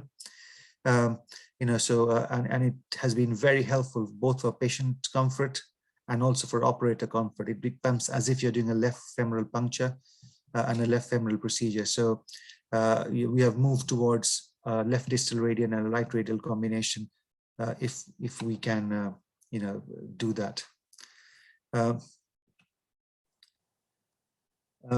Again, debulking devices, a quarter of our patients, we use some sort of debulking, majority of which are scoring balloons. There's some cases of shockwave and some cases of rotablation. I'll show one of them. Intracoronary imaging, we are not the best and we are conscious about it. And these are complex procedures unless they are JCTO scores of 0. You should consider routinely imaging these patients because your chance of stent failure will be much higher in this cohort of patients than it would be otherwise. So yeah, personally for our program, we need to get better with intracoronary imaging. And this is how we were in the first 6 months. So the first left-right retrograde was done in 5 weeks' time. We used our first venous conduit, so saphenous venous graft into a native RCA around 8 weeks' time. And at the same time, we did our first right-to-left retrograde, which is usually much more difficult than your left-to-right retrogrades. And then I had done a reasonable amount of relatively simple ADRs before, so but a proper ADR around the 3 months mark. Used the first epicardial around the 3 months mark, and we had proctors at 3 months and 5 months. And then obviously by that time it was COVID, so it was you carry on or you stop your program. Touch wood, we carried on without too much hiccups. This is the first retrograde case that we did, and I just wanted to show you. So this patient came in with an NSTEMI, and it was felt that the problem was this intermediate, and there was a single stent to the intermediate which was deployed as part of the ACS. This was the patient's CTO RCA, which was a dominant vessel which had retrograde collaterals. So the patient was then seen in clinic, still had residual angina and 4-segment reversible ischemia in the RCA territory. The LV was unchanged. So it seems the patient had background angina because of the CTO, then had an ACS, which was fixed. Then went back to the baseline anginal burden as well as LV remaining largely unchanged despite the intermediate PCI being done. So he then came back, and these are our setup shots. And I don't know how much. So these are off-mag, setup shots, so you can see the whole heart in one go. And we felt that this was entirely a retrograde case. And antegrade was not much of an option, not too different to what was being done today. So on the right of your screen is your microcatheter, distal microcatheter tips have injected through the distal microcatheter tip, which gives you an idea that there's heavily calcific disease, which then leads to your distal cap. And if you try to do a JCTO score, it's at least a 3 with regards to your length, with regards to the calcification, and a degree of tortuosity in the middle. So we had difficulty at the proximal cap, not surprisingly. So we did what is traditionally called a base. We had ballooned that very tight narrowing at the top, created a dissection plane, and then knuckled through that dissection plane and pushed the microcatheter through it. So we have come true to true in the distal part, but then into the false lumen, and then we managed to redirect our retrograde wire into this antegrade trapliner system. So initially it goes by, this is just going past the guide and extension, then we come back and you redirect it and it goes into your antegrade guide system. And you just externalize the wire. So I still have, the first wire in place, but we have obviously externalized by this time. You can see this antegrade microcatheter here, the retrograde microcatheter there. And, this is the reason why imaging in this slightly complex end of the CTOs is a must, even if you, for pragmatic reasons, can't do it in the easier end. So the IVIS shows where potentially you can land your stent, what the size of the vessel is. It shows that this is beyond your distal cap or around your distal cap, but still, a fair amount of calcification. It shows you where you are in the false lumen. So this is your IVIS in the false lumen here, and you can see the true lumen, which is there. It even shows you where you did your base. So you can see the connection between your true lumen to your false lumen. That's where you've connected when you've done your base.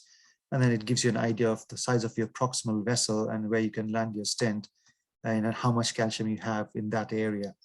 So it gives you a lot of information, which I think is very essential for optimal results and medium to long-term outcomes for these patients. So this was, the final result in this particular patient. And if you see at the, this end, there's a bit of haziness, and that's because that's where you've gone subintimal. So you have a bit of contrast which goes beyond your stent and is limited by the adventitia.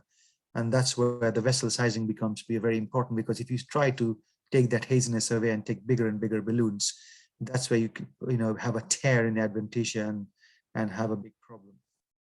The question is, how safe are these, subintimal stenting and wiring in CTO? So this is the same patient in 6 months' time.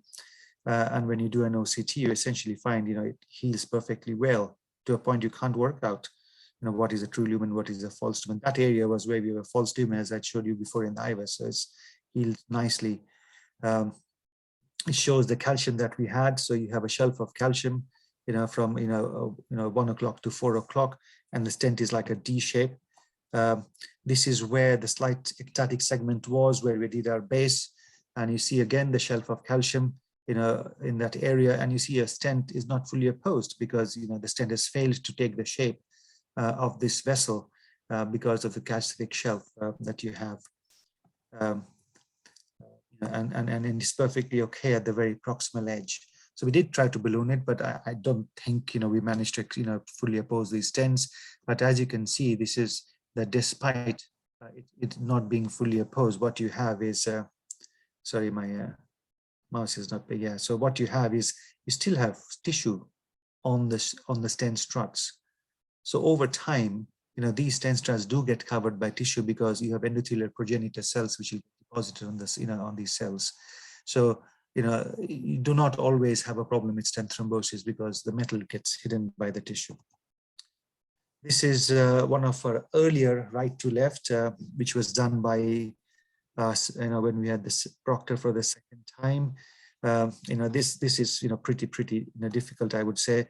You have a flush occlusion of of your proximal cap. And I was looking at this yesterday, and when we did this case, I really did not have a clue where the proximal vessel was. But now when I look into it, having traveled a bit of distance with CTOs, I feel fairly confident that this second little line is your LAD. But at that point, I wasn't comfortable with that interpretation, but now I am. And this is the track we took to make some progress antegradally. So as you do more and more of these and spend time analyzing your angiograms, you often forget that things were quite difficult when you started off your journey. So again, this is the reason the right to lefts are more difficult, because usually your collaterals are far more tortuous. So accessing these collaterals, so if you had to take this one and turn up and go this way. So from the left to right, it's much easier to enter the septals. You have a straighter run, and the problem is the distal end, as we saw today in our live case. For the right to left, it's the other way around. It's hard to negotiate the proximal third of your collaterals. It's usually a bit more harder. So this patient, obviously, we tried antegrade wires because we needed something to go antegradely. Otherwise, if you puncture from the retrograde into the left main in the subintimal plane, you can have problems. So then we tried to make some progress with antegrade dissection reentry. With the LADs, it's a bit tougher because you don't want to lose too many septals and too many diagonals. So often you have to come retrograde unless things go pleasantly easier than you would have thought. So then we had to switch to antegrade this wire escalation for this patient and finally finish it off with RDR technique. So it essentially had to go through all the different modalities of a hybrid CTO approach. And this was the final picture of this patient. Not the largest of LADs and diffusely diseased, but often you expect them to to grow over time and have better flow distally. This was one of our earlier IVUS guided cap punctures I showed. So I thought I'll show you this. So this was in the middle of our initial COVID pandemic. So the patient had a normal LV function about 3 months back, and then came in with an inferior non-STEMI and the critical stenosis in the middle of the RCA, which was stented. But on this admission, the LV has gone from normal to around 40% because this is double jeopardy. So your LAD or CTO was there for some time. The right was filling it. and you had a critical end STEMI in RCA, and the hit is not only in the inferior territory but also in the anterior wall. We heard and assumed what would be the best time to do this case, and ideally should do it in a staged fashion, but because we're in the middle of a pandemic period, we were not sure when we can bring this patient back. So it was decided amongst us that we should try this to be done as an inpatient. So this was done essentially as an inpatient. So total flush occlusion of the LAD. You don't have any trickle of dye, any little hint of where the cap is. So what we did is this IVUS guided cap puncture. And this is the technique I personally think is much easier. So what I have done is, we have done the IVUS. This is the Boston high definition IVUS. So at this point, we felt we could identify the proximal cap. So what I then do is take an acquisition with the catheter in place in the two views that you think you're going to work in PA caudal and PA cranial in this particular patient. And then you know exactly where you saw your IVUS, your cap. And keeping the IVUS in place, I just puncture angiographically, not necessarily looking at the IVUS screen because I find that quite difficult, but the IVUS catheter stays in place. So this is 7 French, this is not 8 French, this is biradial 7 French. You have an IVUS catheter in place and you take a microcatheter and it's perfectly okay. It's not, it's not that tight. And then we managed to puncture the cap initially with the CP12. You make your progress, and then we had to change it over to a Gaia because the CP12 was going to places which we were not comfortable with. So once we have punctured the proximal cap, you get your microcatheter into in the proximal LAD. You just change it to a more steerable and more controlled wire, and you essentially this was your the final angiogram of this particular patient. Epicardial collaterals, this carries a higher risk, as you could make out when we were having this discussion this morning, whether you take the, the apical collateral from your distal LAD. And the main problem is because they're more prone to perforations. And if it perforates, you have a leak. On the contrary, if you have a septal perforation, most of the time it will be contained. And you very, very rarely can have a septal hematoma, which causes hemodynamic compromise. So the trouble with the epicardials is they're more prone to perforation, and if it does, you have to coil or seal both ends. So that's the reason it's best avoided as long as you can. And if you're going to start off, use the straight and relatively easier ones to use. And it's very, very important that you keep your retrograde wire well into your epicardials while you withdraw your microcatheter, and you take acquisition just to make sure there are no perforations. What you don't want is to pull that wire out thinking my PCI is done and realize you have an epicardial perforation and you don't have access to the epicardial. And because it will be all spasm, it will be even more difficult to access it. So this is an example of how you can start off. So this patient had a higher risk patient because of the LV function and a fair amount of ischemia on the LV, on MPI. So he had quite a tight lesion in the OM. But this epicardial was a pretty straight epicardial. So once you're in it, you'll just sail down like, even a sun you can sail down. It is that straight. But we spent a lot of time entering it because this was very calcific, surprisingly. But once you're in it and your microcatheter was in it, the wire just flies down to your distal vessel. And this was the final result. It was a large RCA, as you can see, and you can see why there was ischemia and LV dysfunction. But what I would like to point out, this is the end of my case, and that is my retrograde wire. So I had, before I withdrew my retrograde microcatheter into the proximal circ, I essentially had pushed my retrograde wire into the distally stented segment, and it's in there. So if I have a perforation anywhere in this route, I have a very, very, distally placed wire over which I can take my microcatheter down and coil it. And this is essentially the antegrade wire, which unfortunately is a small branch, but it was okay. So this is what I mean, that you must have access to both ends of your epicardial before you take your wire out in case you have a perforation. So this was a slightly unplanned. The patient got admitted, had background angina, got admitted with diarrhea, in fact, and then had a big troponin rise, which was a surprise, and had inferior ECG changes with inferior regional wall motion abnormality, but the clear preceding history class 2 angina. So there was a question whether this was a type 2 MI because he was a bit hypotensive, but the troponin rise was quite substantial and it was difficult to ignore. So the cardiologist put him on the treadmill and he went into non-sustained VT into early stage 2, so which then pushed it with quite pronounced inferior ECG changes. So that made the patient being considered for an inpatient assessment of the coronaries. And this is what we had, a very proximal right coronary artery occlusion and quite mature apical LAD collateral. So given the history, I thought this might be a degree of acute and chronic, because of the degree of troponin rise. So I obviously initially tried antegrade, and this is an antegrade wire passage, and it's clearly nowhere you want your wire to be. It's obviously taken a course which I was not sure where it has gone. So, and the longer you persevere antegradely, the more you're going to lose your retrograde visualization here. So I decided to switch over retrograde once the wires were in this position and spent a couple of minutes where I could not redirect it.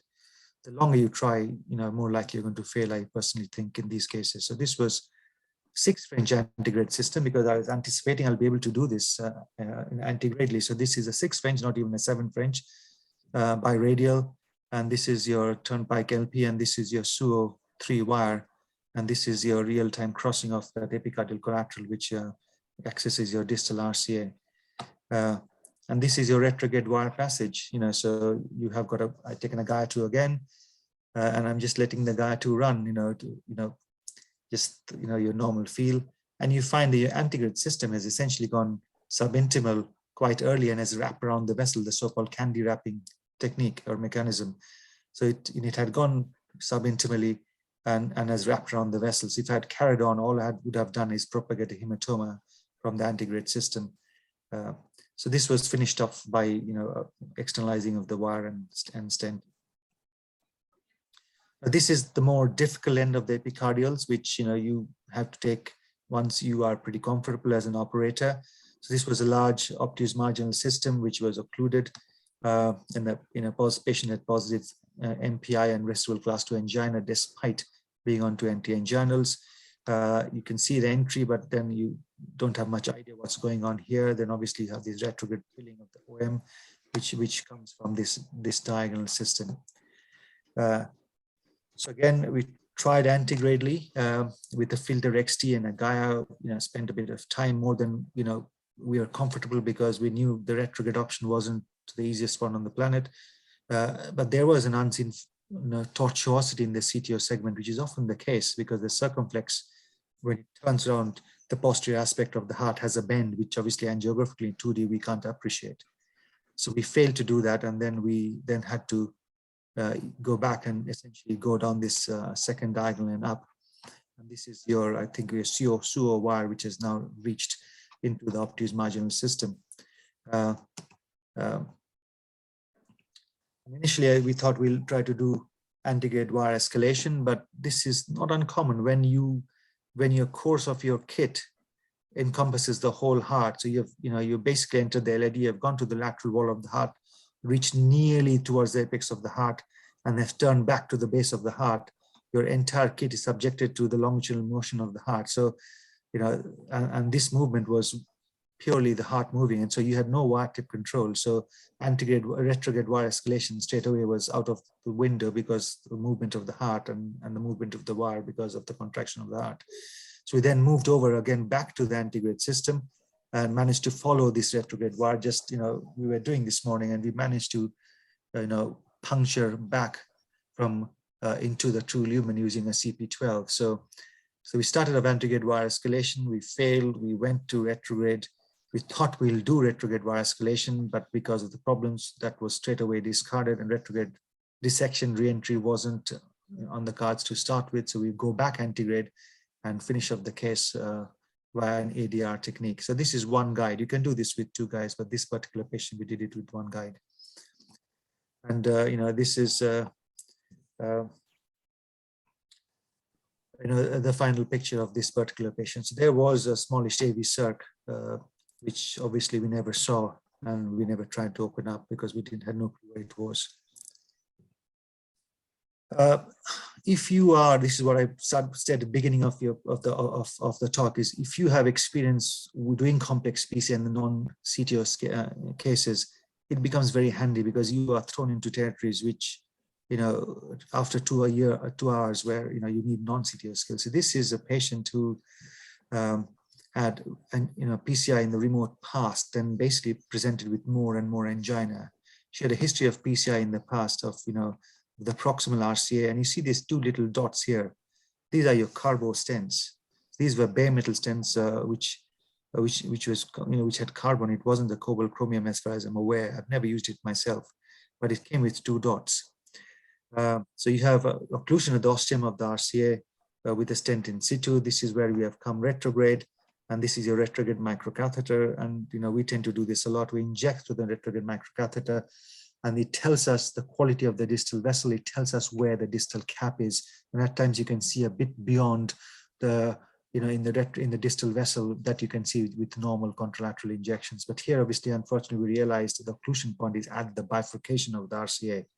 So you essentially have a CTO from the ostium of the RCA up to the bifurcation with 2 stents in situ, and you can probably see the ostial RCA stent here, and you see these 2 dots, which are your carbo stent. So it was difficult to have antegrade guide stability, as you can imagine.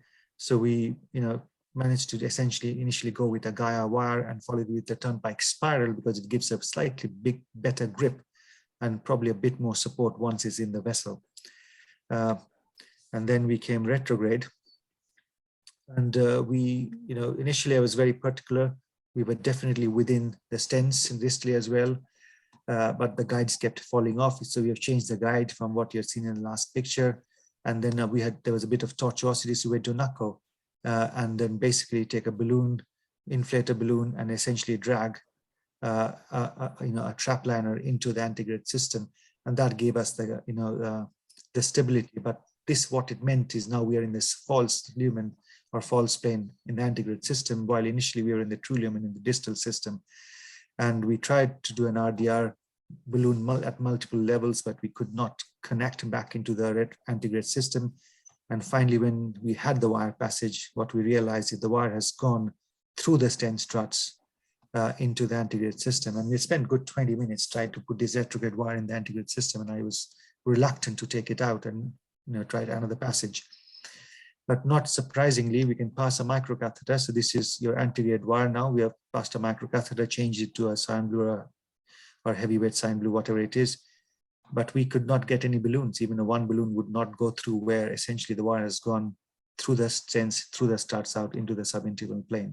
So we were stuck. We had done a very difficult passage of a CTO, but we had a wire which was in between stent struts. So what are your options? So you have a few options. What we opted for is we decided to rotablate.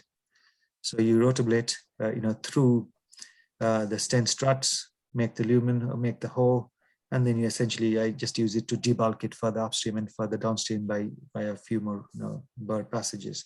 And this is where, if you are not comfortable with rota, if you haven't done some difficult rotas, you would not think of doing this. But if you are, then you do not hesitate because that's the only way you can finish this procedure.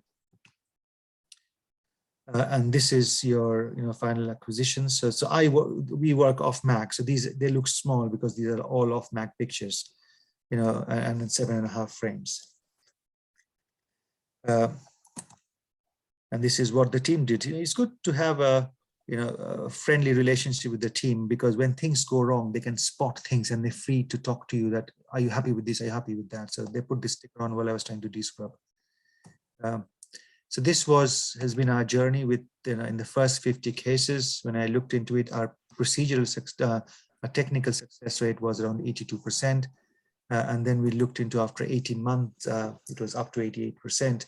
And these are, technical success. So some of these patients you have to bring back, which is a bit challenging because of our setup, but we did manage to bring a few of them back. And the patient level success was 92%. So not everyone we could bring back, or we have brought back, or we thought we had a chance of success if we brought back. The ones we brought back, obviously we were successful. So our patient level success rate is around 92%. And this is a success as per the JCTO score. And what you find is your success rate in JCTO scores of 2s often becomes better. And some of the very difficult CTOs, in fact, have only a JCTO score of 2. You know, like the last case where we rotablated, you essentially score 1 for your length and maybe 1 for the cap, even if you want to, but that's all it scores. You know, so some JCTO score of 2 are very tricky cases. And these are, you know, some of the success rates of established, you know, CTO registries that has been published. And this is, you know, where we stood. Our JCTO score was a touch lower than some of these cases, but not a lot lower. And this was our technical success. What I don't know is in these RCTs or these registries where these were patient level or technical success, because at times you report patient level success because you're allowed to bring a patient back in a CTO. So our technical procedure success for patient level was around 92%. Again, you know, this shows how you get better in areas which you don't appreciate. You know, so the initial 50, we were doing nearly 40% of the cases were not antegrade wire escalation. We were going retrograde a fair amount. But, you know, when, and then the final strategy was nearly 50% antegrade and 50%, you know, ADRs or retrograde. So we were landing up doing more complex procedures in the first 50. And then when I looked into a larger cohort of patients, when we were a bit mature in the program, what you find is we are doing much more antegrade wire escalations than we did in the first 50. The first strategy is, you know, 85% is antegrade wire escalation in our cases. And we finish off in 3/4 with an antegrade wire escalation. And this probably shows you get better with your kit, with the wire controls, with the wires that you use. So you land up even doing quite long cases antegradely, which initially, you know, you would have a much lower threshold of going retrograde because you back yourself that I might be able to do this antegrade without essentially coming retrograde. I'll skip this, but in general, overall, our inpatient MACE was 0.8%, and any procedural complications leading to a delay in discharge. So these patients, we expect them to be discharged on the same day or next day. So anything which made them stay beyond one day was 5%. So that's what we quote for our patients is 5% chance of them not being discharged within 24 hours. This is a UK success from our centralized BCIS database. So it has been stuck around the mid-70s for some time at a national level, and for us, you know, the technical success, as I said, was 88%. So you know we have done pretty well compared to the rest of UK as a country. Well, again, these things go wrong, and this is where some experience in life helps. So this gentleman was referred for an RCA CTO. And there was some ambiguity of the severity of the left system disease because the referring hospital, the angiogram suite is not a pure coronary suite. It is used for, it's a multifunctional suite for radiology, for vascular, et cetera, et cetera. And there's a degree of degradation of the images by the time we see in our system. So, you know, so we were not entirely sure how severe the left system disease was. But this is a first setup shot, yeah?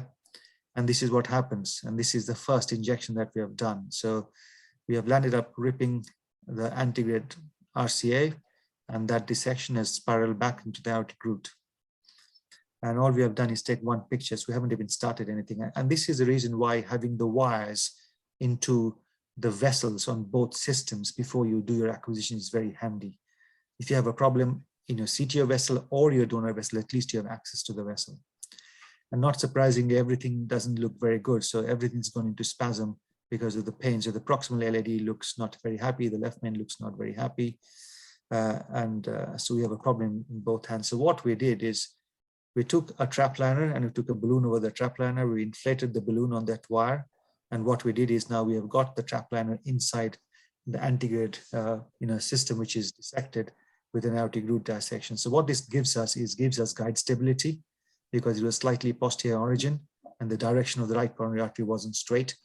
And what it also allows you to do is inflate the balloon in the trap liner. So you essentially reduce any further blood going into your antegrade system, because this guideline more or less has, because it was disease proximal RCA, more or less chokes any blood flow. And by inflating the balloon in the trap liner, you essentially reduce the likelihood of propagation of this dissection plane down the antegrade system. In a way, also reduces likelihood of further bleeding into the aortic root. So it's a very handy technique to have.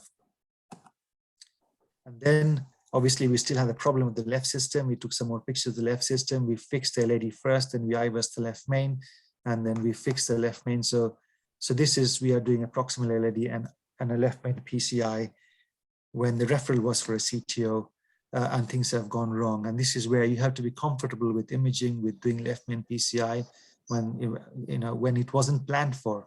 And obviously we have a problem on the other side. And this is the reason having experience is very handy. And then we are very confident that we're going to connect, and we went retrograde, literally served all the septal collaterals just like today, and we could not connect. So even when distally we could not connect retrogradely via the septal. So then went back and had a little bit of a Gaia passage and then changed it over to a pilot 200, and the pilot 200 finds its way into the distal vessel. And this is the last picture. Okay. And you still see that this is, my guide is outside, is my guide line or a trap line inside the coronary. And it seems that aortic root dissection that has not propagated. So the main thing in this patient was the RC had only 2 injections. It had the first injection when the complication happened, and it had the last injection when it was a post PCI injection. So you have to control your desire to keep on injecting anteriorly, because the more you inject, the more problems you have. So when you are developing a program, you're essentially trying to make a journey. So initially, ideally, you start off where you have the chance of technical success is high, and the procedure and your patient level complication is low. So relatively preserved LV function, younger patients, and where you think you are more likely to succeed. That's where you start off, and you do your first majority of your cases. And then you probably take on where the patient characteristics are still favorable, but there are some anatomical complexities. So it's a more anatomically complex procedure, but even if things go wrong, the patient is strong enough and good enough for you to bail the patient out. And then you move into the more difficult areas, where you think there is a degree of a patient characteristics like LV dysfunction, but you think the PCI is not that difficult, like the first epicardial collateral that I showed you of the circumflex. The patient's LV was 35%, but you think that's a relatively straight epicardial, and you have success. You're going to be successful in doing the PCI. So technically, you're comfortable, but it's the patient-related complexities. And then finally, you have anatomical complexities, and you have patient-level complexities. And what you hope is over time, you can have the control of you as an operator in the environment where you can have technical success quickly in high-risk patients. So to conclude, I think if you have a dedicated program with dedicated operators who have had enough skills in complex PCI, has dealt with complex complications, has done complex PCI, you can progress pretty quickly with pretty good outcomes. It is very important that you keep on educating yourselves about the technological difference of kit, and you change your kit as and when you think it is required, so that because the appropriate kit makes your life so much easier. Especially, as I was mentioning during the live case, in the difficult patients where there's a patient complication, factors like LV impairment, etc., it's always best you have 2 operators because you have 2 pairs of eyes, and obviously if things go wrong, 2 of you can stress out, share the stress, and when you have some good success, you enjoy it, just not yourself, but with the team. And always maintain a database, unless, as I said, you are the boss. Yeah, if you're Dr. Bang and you can do whatever you like in the hospital, you can do whatever you like. But if you are working below Dr. Bang and he doesn't want you to do CTOs, you better have a database where you can, show it to him what you're doing. Yeah, and at points, especially when you're developing a program, having a proctor helps. Okay, so. You need a team and you need friends, to enjoy your failures and enjoy your success and share out the stresses that you have. Excellent talk. Superb talk. Thank you very much. I think it is the whole journey you describe is a very challenging journey, and but very gratifying to listen to your entire process of 18 months. Did you need to use any of your CTO cases mechanical support? We do not have, well, let me rephrase it. We have Impella at the moment, which are sitting in our, what used to be a pacing room, now we call a coffee room. But we still have not crossed the hurdle of. Sir, sorry to interrupt you. Dr. Reddy is ready for live. Yeah, okay. We'll go back to him soon. Just 1 minute. Let him finally comment, please. Okay, sir. Okay. Yeah, so we have not used the Impeller because it still is, we are waiting for some sort of administrative level sign off at administrative level before we can use it. So no, we have not done cases with Impeller on board. One was planned, but because it has not formally been signed off, we haven't used it yet. Okay, thank you very much. Thanks a lot. Excellent talk. We would like you to stay. So we go back to the live case. Pankaj? Yeah, I'm ready. Yeah, okay. I'm ready, sir. Very good. Congratulations to you for very tough case. Thank you. Excellent case, but. Yeah, so this is where we left you. If you are able to see my fluoro, are you? Yes, Yeah. we are able to see. So this is where we left you. So we took a, and I was. 1 mm balloon down, and we dilated. Yeah, then I took a 1.25, Yes, and then we advanced corsair down and exchanged wire to work hards wire. You can see here my work hards wire is in. Then I started dilating with a 2.4 balloon, and so this is where actually in the middle of mid RCA there was some resistance. Expansion was not that good, so we did it in 2 conventional views. We went up to almost 24 atmospheres, and you can see this is how it looked. And at this juncture, I decided to go with a guideliner preemptively because there was a lot of calcium. And also, it's very difficult to take IVUS catheter down with such kind of anatomy. So this is guide plus 2 guide extension catheter. You can see how easily it is going, and it's very atraumatic tip. We went down, and then I took, I was down through this guideliner, and you can show the first IVUS, please. First IVUS, please. Yeah. So you can just show. I mean, it's no, go to B1. Yeah. So this is where normal vessel is, that is prior to crux, and there is a lot of calcium, but calcium is like around 180 degrees. You can see here, I mean, somewhere between 90 to 180 degrees. So yeah, length of the calcium is quite significant, and of course I can't see the thickness here with IVUS, and there is a clear opening in calcium. So we thought, see, we can go ahead and stunt it as IVUS looked okay for me. And then I took a 2.548 because the total length, what was the total length? It was 59. Like 59 millimeter. So this is 2.548 stunt. We deployed, and then you can see, this is ostial position identification by IVUS guideliner. So I just kept guideliner out of RCA and kept IVUS inside ostium and gave an injection to locate, so that I can prevent further injections while positioning my stunt. This is one technique probably which we can use. Absolutely. Yesterday, Dr. Ziad Ali described this technique, and other people also recommended this technique for osteal lesions. Thank you, sir. So at this stage, I removed my retrograde wire because my distal shunt is already in, and I don't see any difficulty with proximal shunt. You can see subtle collateral is nice. There is no injury. And then we went ahead with a 328 shunt. Yeah, positioned as I discussed, and then we deployed. This is 328, and yeah. I can see, I mean, this is one more technique probably. See, to send guide extension down, we can just send it over the balloon with a 1 mm, inflation. And then I optimized stunt expansion with different NC balloons, 2.5 below and 3 in the proximal. And you can see this is RCA.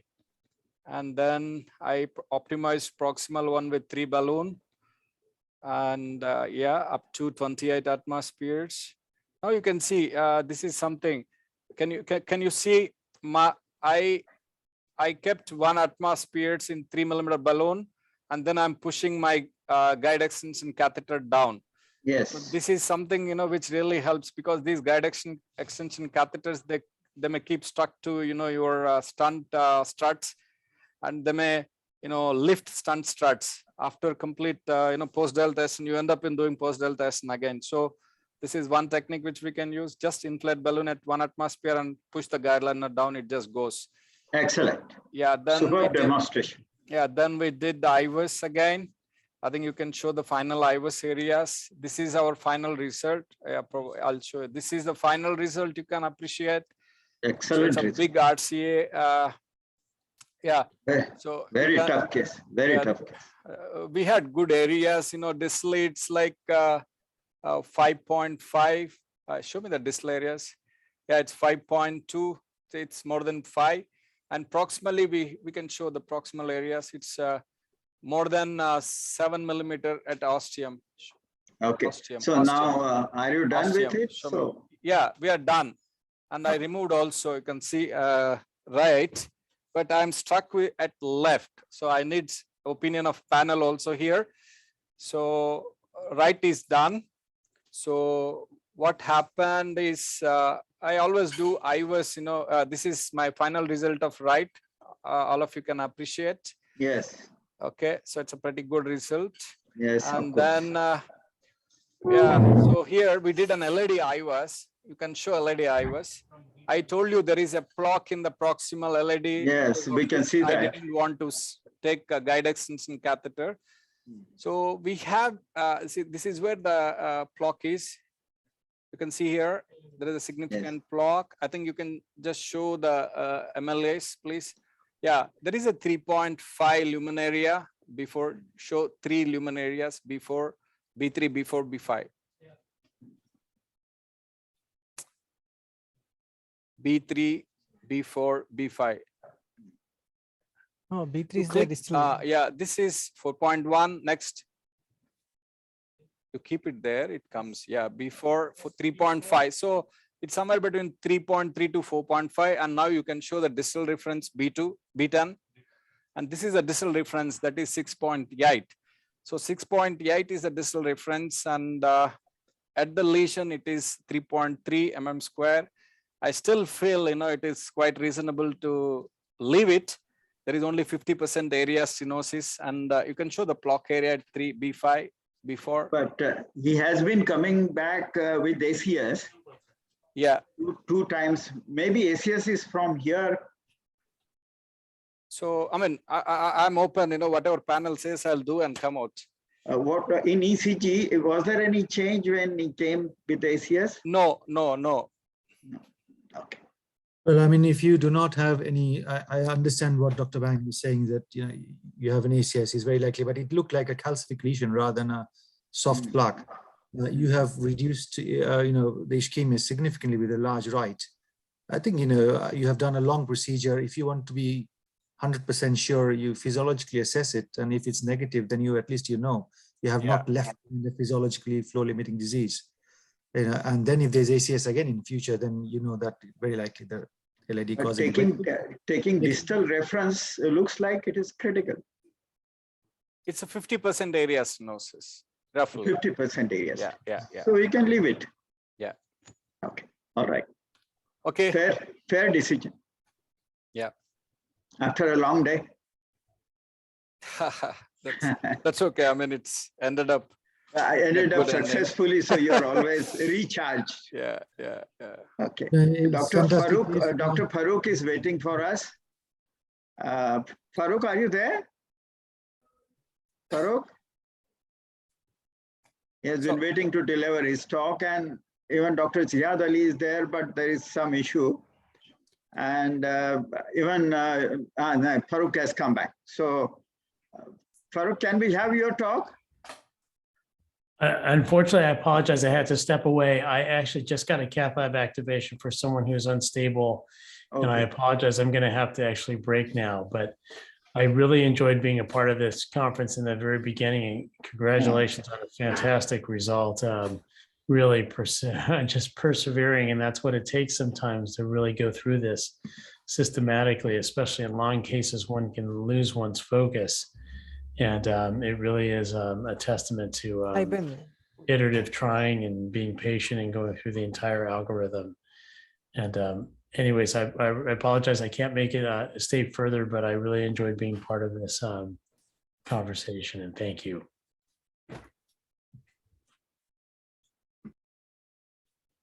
Just give an injection in aorta just to see what is. We have long sheet. Bring the guide. Oh, you have long sheet, right? Okay, we'll come there.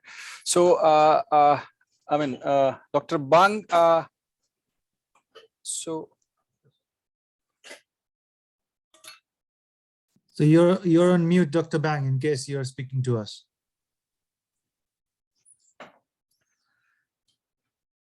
just give me a wire and just give me a little bit contrast, please. Dr. Ziad Ali, please. May I? Yeah, come down, come down. Yeah. Okay, Hi, Dr. Bang. I also hi. I'm very limited for time now, I'm afraid. So, Okay. But whatever time you can give kindly. Yeah. Go ahead with your DSA. talk. DSA. I hope you have been seeing this long case, which was their CTO case, antegrade retrograde, but finally successful. And it was very there was interesting I did manage to see some of the case, and then also Dr. Chowdhury's great work. Yes, so absolutely. it was a real Phenomenal pleasure for work. me to be able to see both of these. Yes. It was an excellent presentation by Dr. Chowdhury. It was superb work.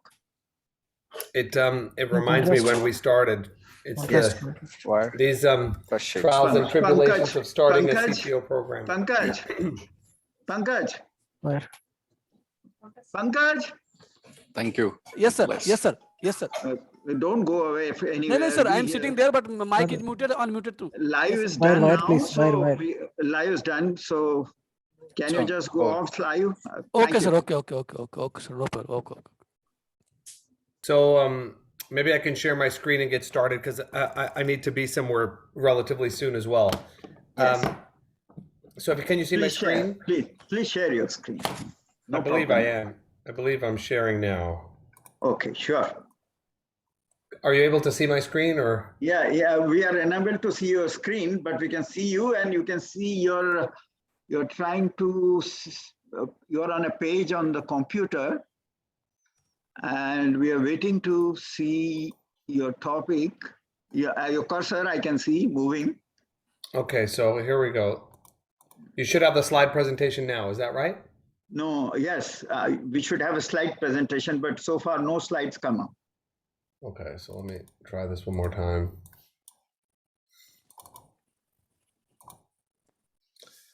Slide share. New share. Yeah. How's that? Yeah, that's absolutely. You're there. Okay. The slides are there. Great. So I'm going to talk to you a little bit about left main PCI and bifurcation techniques over the next 30 minutes or so. Sure. Probably 15 to be honest, because I'm going to have to go. But so there's I'm tasked to talk to you about the importance of imaging in left main PCI. So in the pre-assessment, the value of imaging is to assess the severity of the left main stenosis, and we all know that there's angiographic and intravascular imaging discordance, an example of which was literally just shown at the end of the live case, where the angiogram seems somewhat ambiguous, but there's actually a tight lesion which may have been causing the lesion itself. We obviously need to evaluate the morphology. The most important part in the left main, I would say, is the identification of calcium and calcified nodules at the ostium of the LAD and circumflex. And really, imaging has a critical role in helping you to determine whether or not you can perform a crossover stenting or whether you might be more likely to need a two-stent strategy. At least in our program, left main PCI cannot be done without intravascular imaging. So the post-assessment allows you to do the things that we do from the MLD Max algorithm, that's assess for medial edge dissections and plaque protrusion, and also for stent optimization of apposition and expansion and assessment for jailed side branches. So, you know, you have different strategies for left main PCI strategies. So when you have an isolated left main stenosis, which is relatively uncommon, to be honest, only 13% of patients have isolated plaque in the left main without evidence of plaque in either the ostium of the circumflex or the LAD. But in that situation, intravascular imaging can show you that there's no disease involvement in ostial, LAD, and circumflex. It's really the only way to determine this. Almost 10 years ago, we did a 100-patient IVUS study of the left main, which appeared angiographically normal, and we actually identified that over 87% had disease in that segment when there's a left main anatomical lesion defined as 50%. So it helps you determine your healthy landing zones, the morphology for pre-treatment as necessary, the distal and proximal reference size. And then when you have an isolated ostial left main lesion rather than to distal left main, what you have is the ability to direct the stent all the way to the aorta. And so we just saw an example of that was mentioned on the last case. And this tool of doing live IVUS dry cine acquisition to mark the ostium is a really helpful technique so that you don't miss your ostium. In fact, we have now come to the point, or at least I have, is that I no longer give contrast injection when I place my stent because it can be misleading that you must in fact believe the IVUS. It also helps you determine healthy distal landing zones, morphology for pre-treatment as needed in your distal and proximal reference. So in an example where you have to cross over a disease of the left main in a single bifurcation branch, right? So in this situation where you have a 101, intravascular imaging can still tell you the extent of disease in the circumflex. This is probably the most common situation we have. You have prox LAD and distal left main disease, and we're planning to stent across what looks like an undiseased proximal circumflex. So we can follow through this using the same techniques. So when you have this type of strategy, or you're trying to do a two-stent strategy, what we like to do is actually create a roadmap, very similar to doing a TAVR. So if we're going to, for example, plan a culotte, we already know exactly what we want and we know what tools we need so that the team in the hospital and in the cath lab knows exactly what to get for us. For a culotte plan two-stent strategy, we know we're going to wire the main vessel in the side branch. We predilate almost always with a small balloon to allow intravascular imaging to traverse without any issues. We always stent the most angulated branch first, trying to leave an 8 millimeter overlap in the proximal area to ensure that we can perform a proximal optimization. We then rewire the unstented vessel through the stent struts, typically through using the distal cell. We dilate the stent struts with a small balloon, usually a 2.0, then deliver and deploy the stents in the non-stented vessel, overlapping the left main, do another pot, and perform final kissing balloon inflation. So that's kind of the standard technique, whether it be for culotte stenting or DK crush. Now, there are some intravascular imaging based assessments for how big things should get. This data, however, is a little bit nuanced because it comes from Korea, from a smaller patient population. You can see that we're looking for this rule of 5, 6, 7, 8, 5 in the proximal circumflex, 6 in the prox LAD, 7 in the distal left main, and 8 in the proximal left main. Now, in reality, in Caucasian populations, Western populations, these numbers are larger. This is from the Excel data, which shows that we're trying to really achieve 10 millimeters squared in the left main proper, 6 in the ostial circumflex, and 7 in the LAD when we look at AUC curves to look at clinical event rates. Now, it may be that between the Asian and Caucasian population, the Indian subcontinent is somewhere in the middle, but it does provide you at least a minimal threshold of what should be looking for to require further optimization. So here's an example of that. It's a patient with crossover stenting. You can see there's diffuse disease elsewhere, and the operator has planned an obtuse marginal PCI prior to an LAD left main crossover PCI. Okay, so this is a straightforward PCI of the obtuse marginal. Wires are in place. Then there's the PCI of the mid-circumflex. And so now what we're doing is an OCT of the left main, including the proximal LAD. And so what this run does is it gives you a number of very important features. A, it tells you where you need to land distally. B, it tells you that the distal LAD lesion is largely fibrotic plaque. And finally, it also tells you this very important feature that in the distal left main, this is not a very heavily calcified lesion, at least not in all of the positions. But there is some calcium a little bit more distally. So in that case, when you do a morphology assessment, you know that you've got a fibrolipidic proximal LAD. The ostial LAD has almost no calcium, and the fibrolipidic calcium at the minimal lumen area. So the lesion preparation is simple, just a very simple predilation balloon.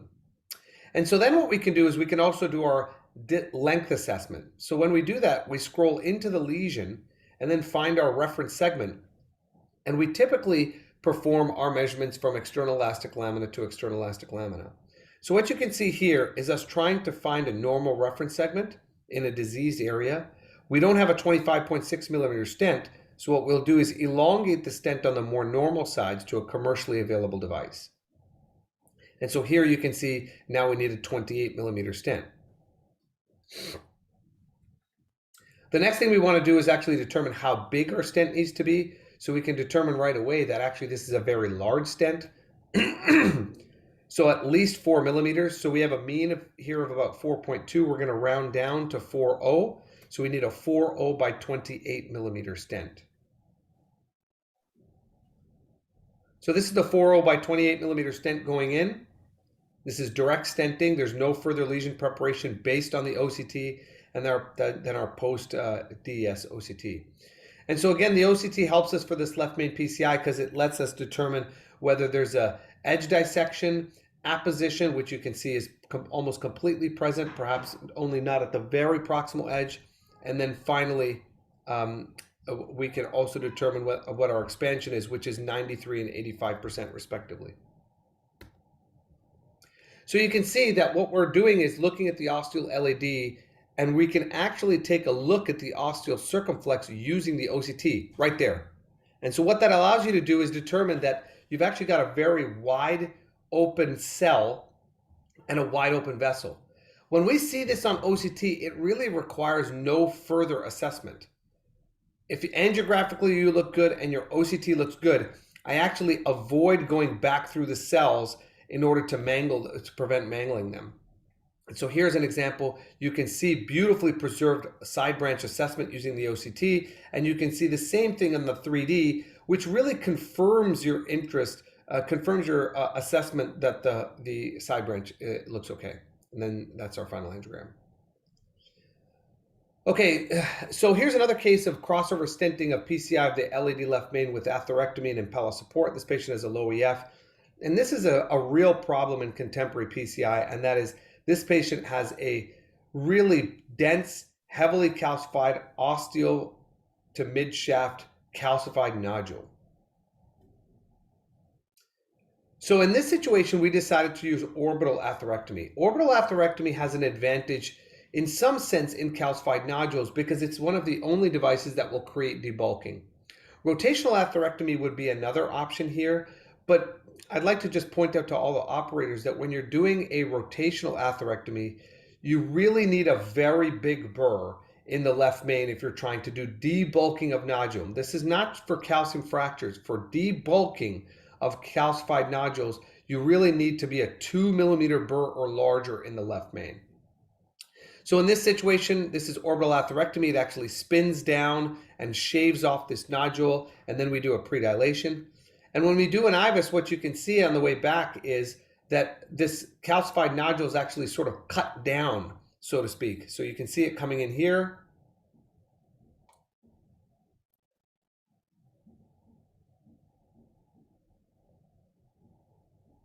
And that you can, do you see, if you can see here, we've basically cut off the nodule. And that helps us very much to determine our next step. You can also note that there's a dissection in this plane. That's not unusual.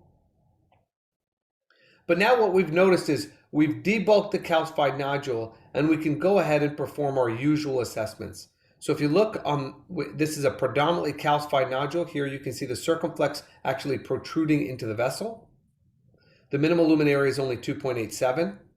And then what we need to do is measure the distal and proximal references. The distal left anterior descending is 3.1 by 3.2 millimeters, and the proximal left main is 4.5. So we're going to use a 3.0 stent, which we can post-dilate. So this is a 3.0 NC balloon, followed by a 3.0 by 38 stent up into the ostium. And you can see how it's behaving after the lesion preparation using orbital atherectomy. We put a separate stent, a 3.5 by 15 drug-eluting stent in the left main, post-dilated this with a 4.0. And you can see that we've actually got a very nice result, a pinched ostium of the ramus, and a good result in the large dominant circumflex. So in order to manage this pinched circumflex, we simply just rewire through this. And what we do is we'll wire and use a small balloon. This is an important feature. If you're using a 3-cell design stent, i.e. Zions, you can actually balloon this without requiring a further pot because the metal will hold in place. If you're using a 2-cell design stent like a Synergy or Saro or Medtronic stent, you actually have to go back after dilating the side branch and do a kissing balloon inflation because it will pull the struts off the other wall of the artery. So here's our IVUS baseline circumflex as a comparison. You can see that the ostium of the circumflex actually got very tight, and even despite ballooning it, our area is suboptimal. Our distal circumflex is good. And so what we did in this situation is actually to perform a bailout stenting of the culotte using a culotte technique.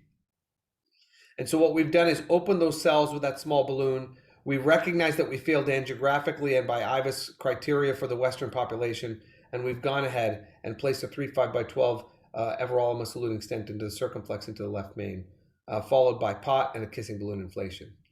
And so then, following stenting in the LAD and circumflex, we can look what our proximal LAD measurements are like, and we can look what our proximal circumflex measurements are like.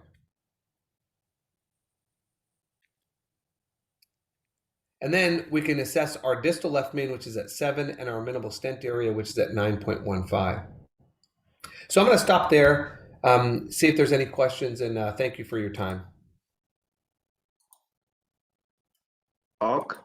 Excellent talk. Thank you very much. And you made several points while imaging the left main, and how it is important to see the severity of lesion in the both daughter branches, LAD and LCX, so as to decide the kind of strategy we have to plan.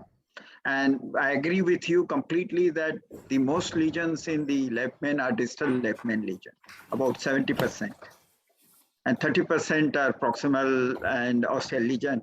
But body lesions are very few at 12-13%, alone body lesion. So that's a good point, and a lot of learning from all these cases. Anirban, as a panelist, do you have any question, comments? No, great cases, great demonstrations, a great talk, Dr. Ali, as always. Thank you. You are such a big name that everybody gets fascinated and gratified once they see you and hear you. It's a great opportunity for all of us to see you. Thank you. Thank you very much. Thank you so much. I'm on duty to look after my daughter. Correct. But I just have one request. Please block your December 8 to 11 date for coming to Chennai. I'll do my best. Yeah. Thank you very much. Bye-bye, everybody. Bye-bye. Thank you. Thank you for your both the days you really came and gave time and commented and gave very good talks on imaging in both difficult situations. Thank you. Take care. Thank you very much. Bye-bye. Thank you. Bye-bye. So I think now we are only 2 left, Anirban and you and me. So Pankaj, put the timer off. So Okay, sir. how was your talk? Was phenomenal. So Thank you. impressive. So impressive work, and you worked very hard to deliver this 40 minutes, 45 minutes talk. And it was amazing to learn from you how to progress in Cdo program. And literally you showed your own journey. What more? I mean, Yeah, I guess, yeah, I mean, few factors helps. I think if you are committed and you have done enough complex PCI and you have done the lower end of the CTO for some time, if you have done 150 or even JCTO score of 0 and 1, which is your basic CTOs, and sub-zero scores of 2, and have stuck to some antigrade with last technique and stuff, you can progress very quickly once you decide and the environment is correct. that's so good. Excellent. Let me check whether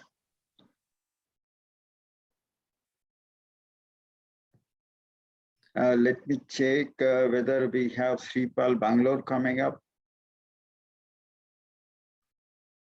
If there's any questions from the audience, I think audience is all gone. I think it's 8 o'clock in Bombay, in India.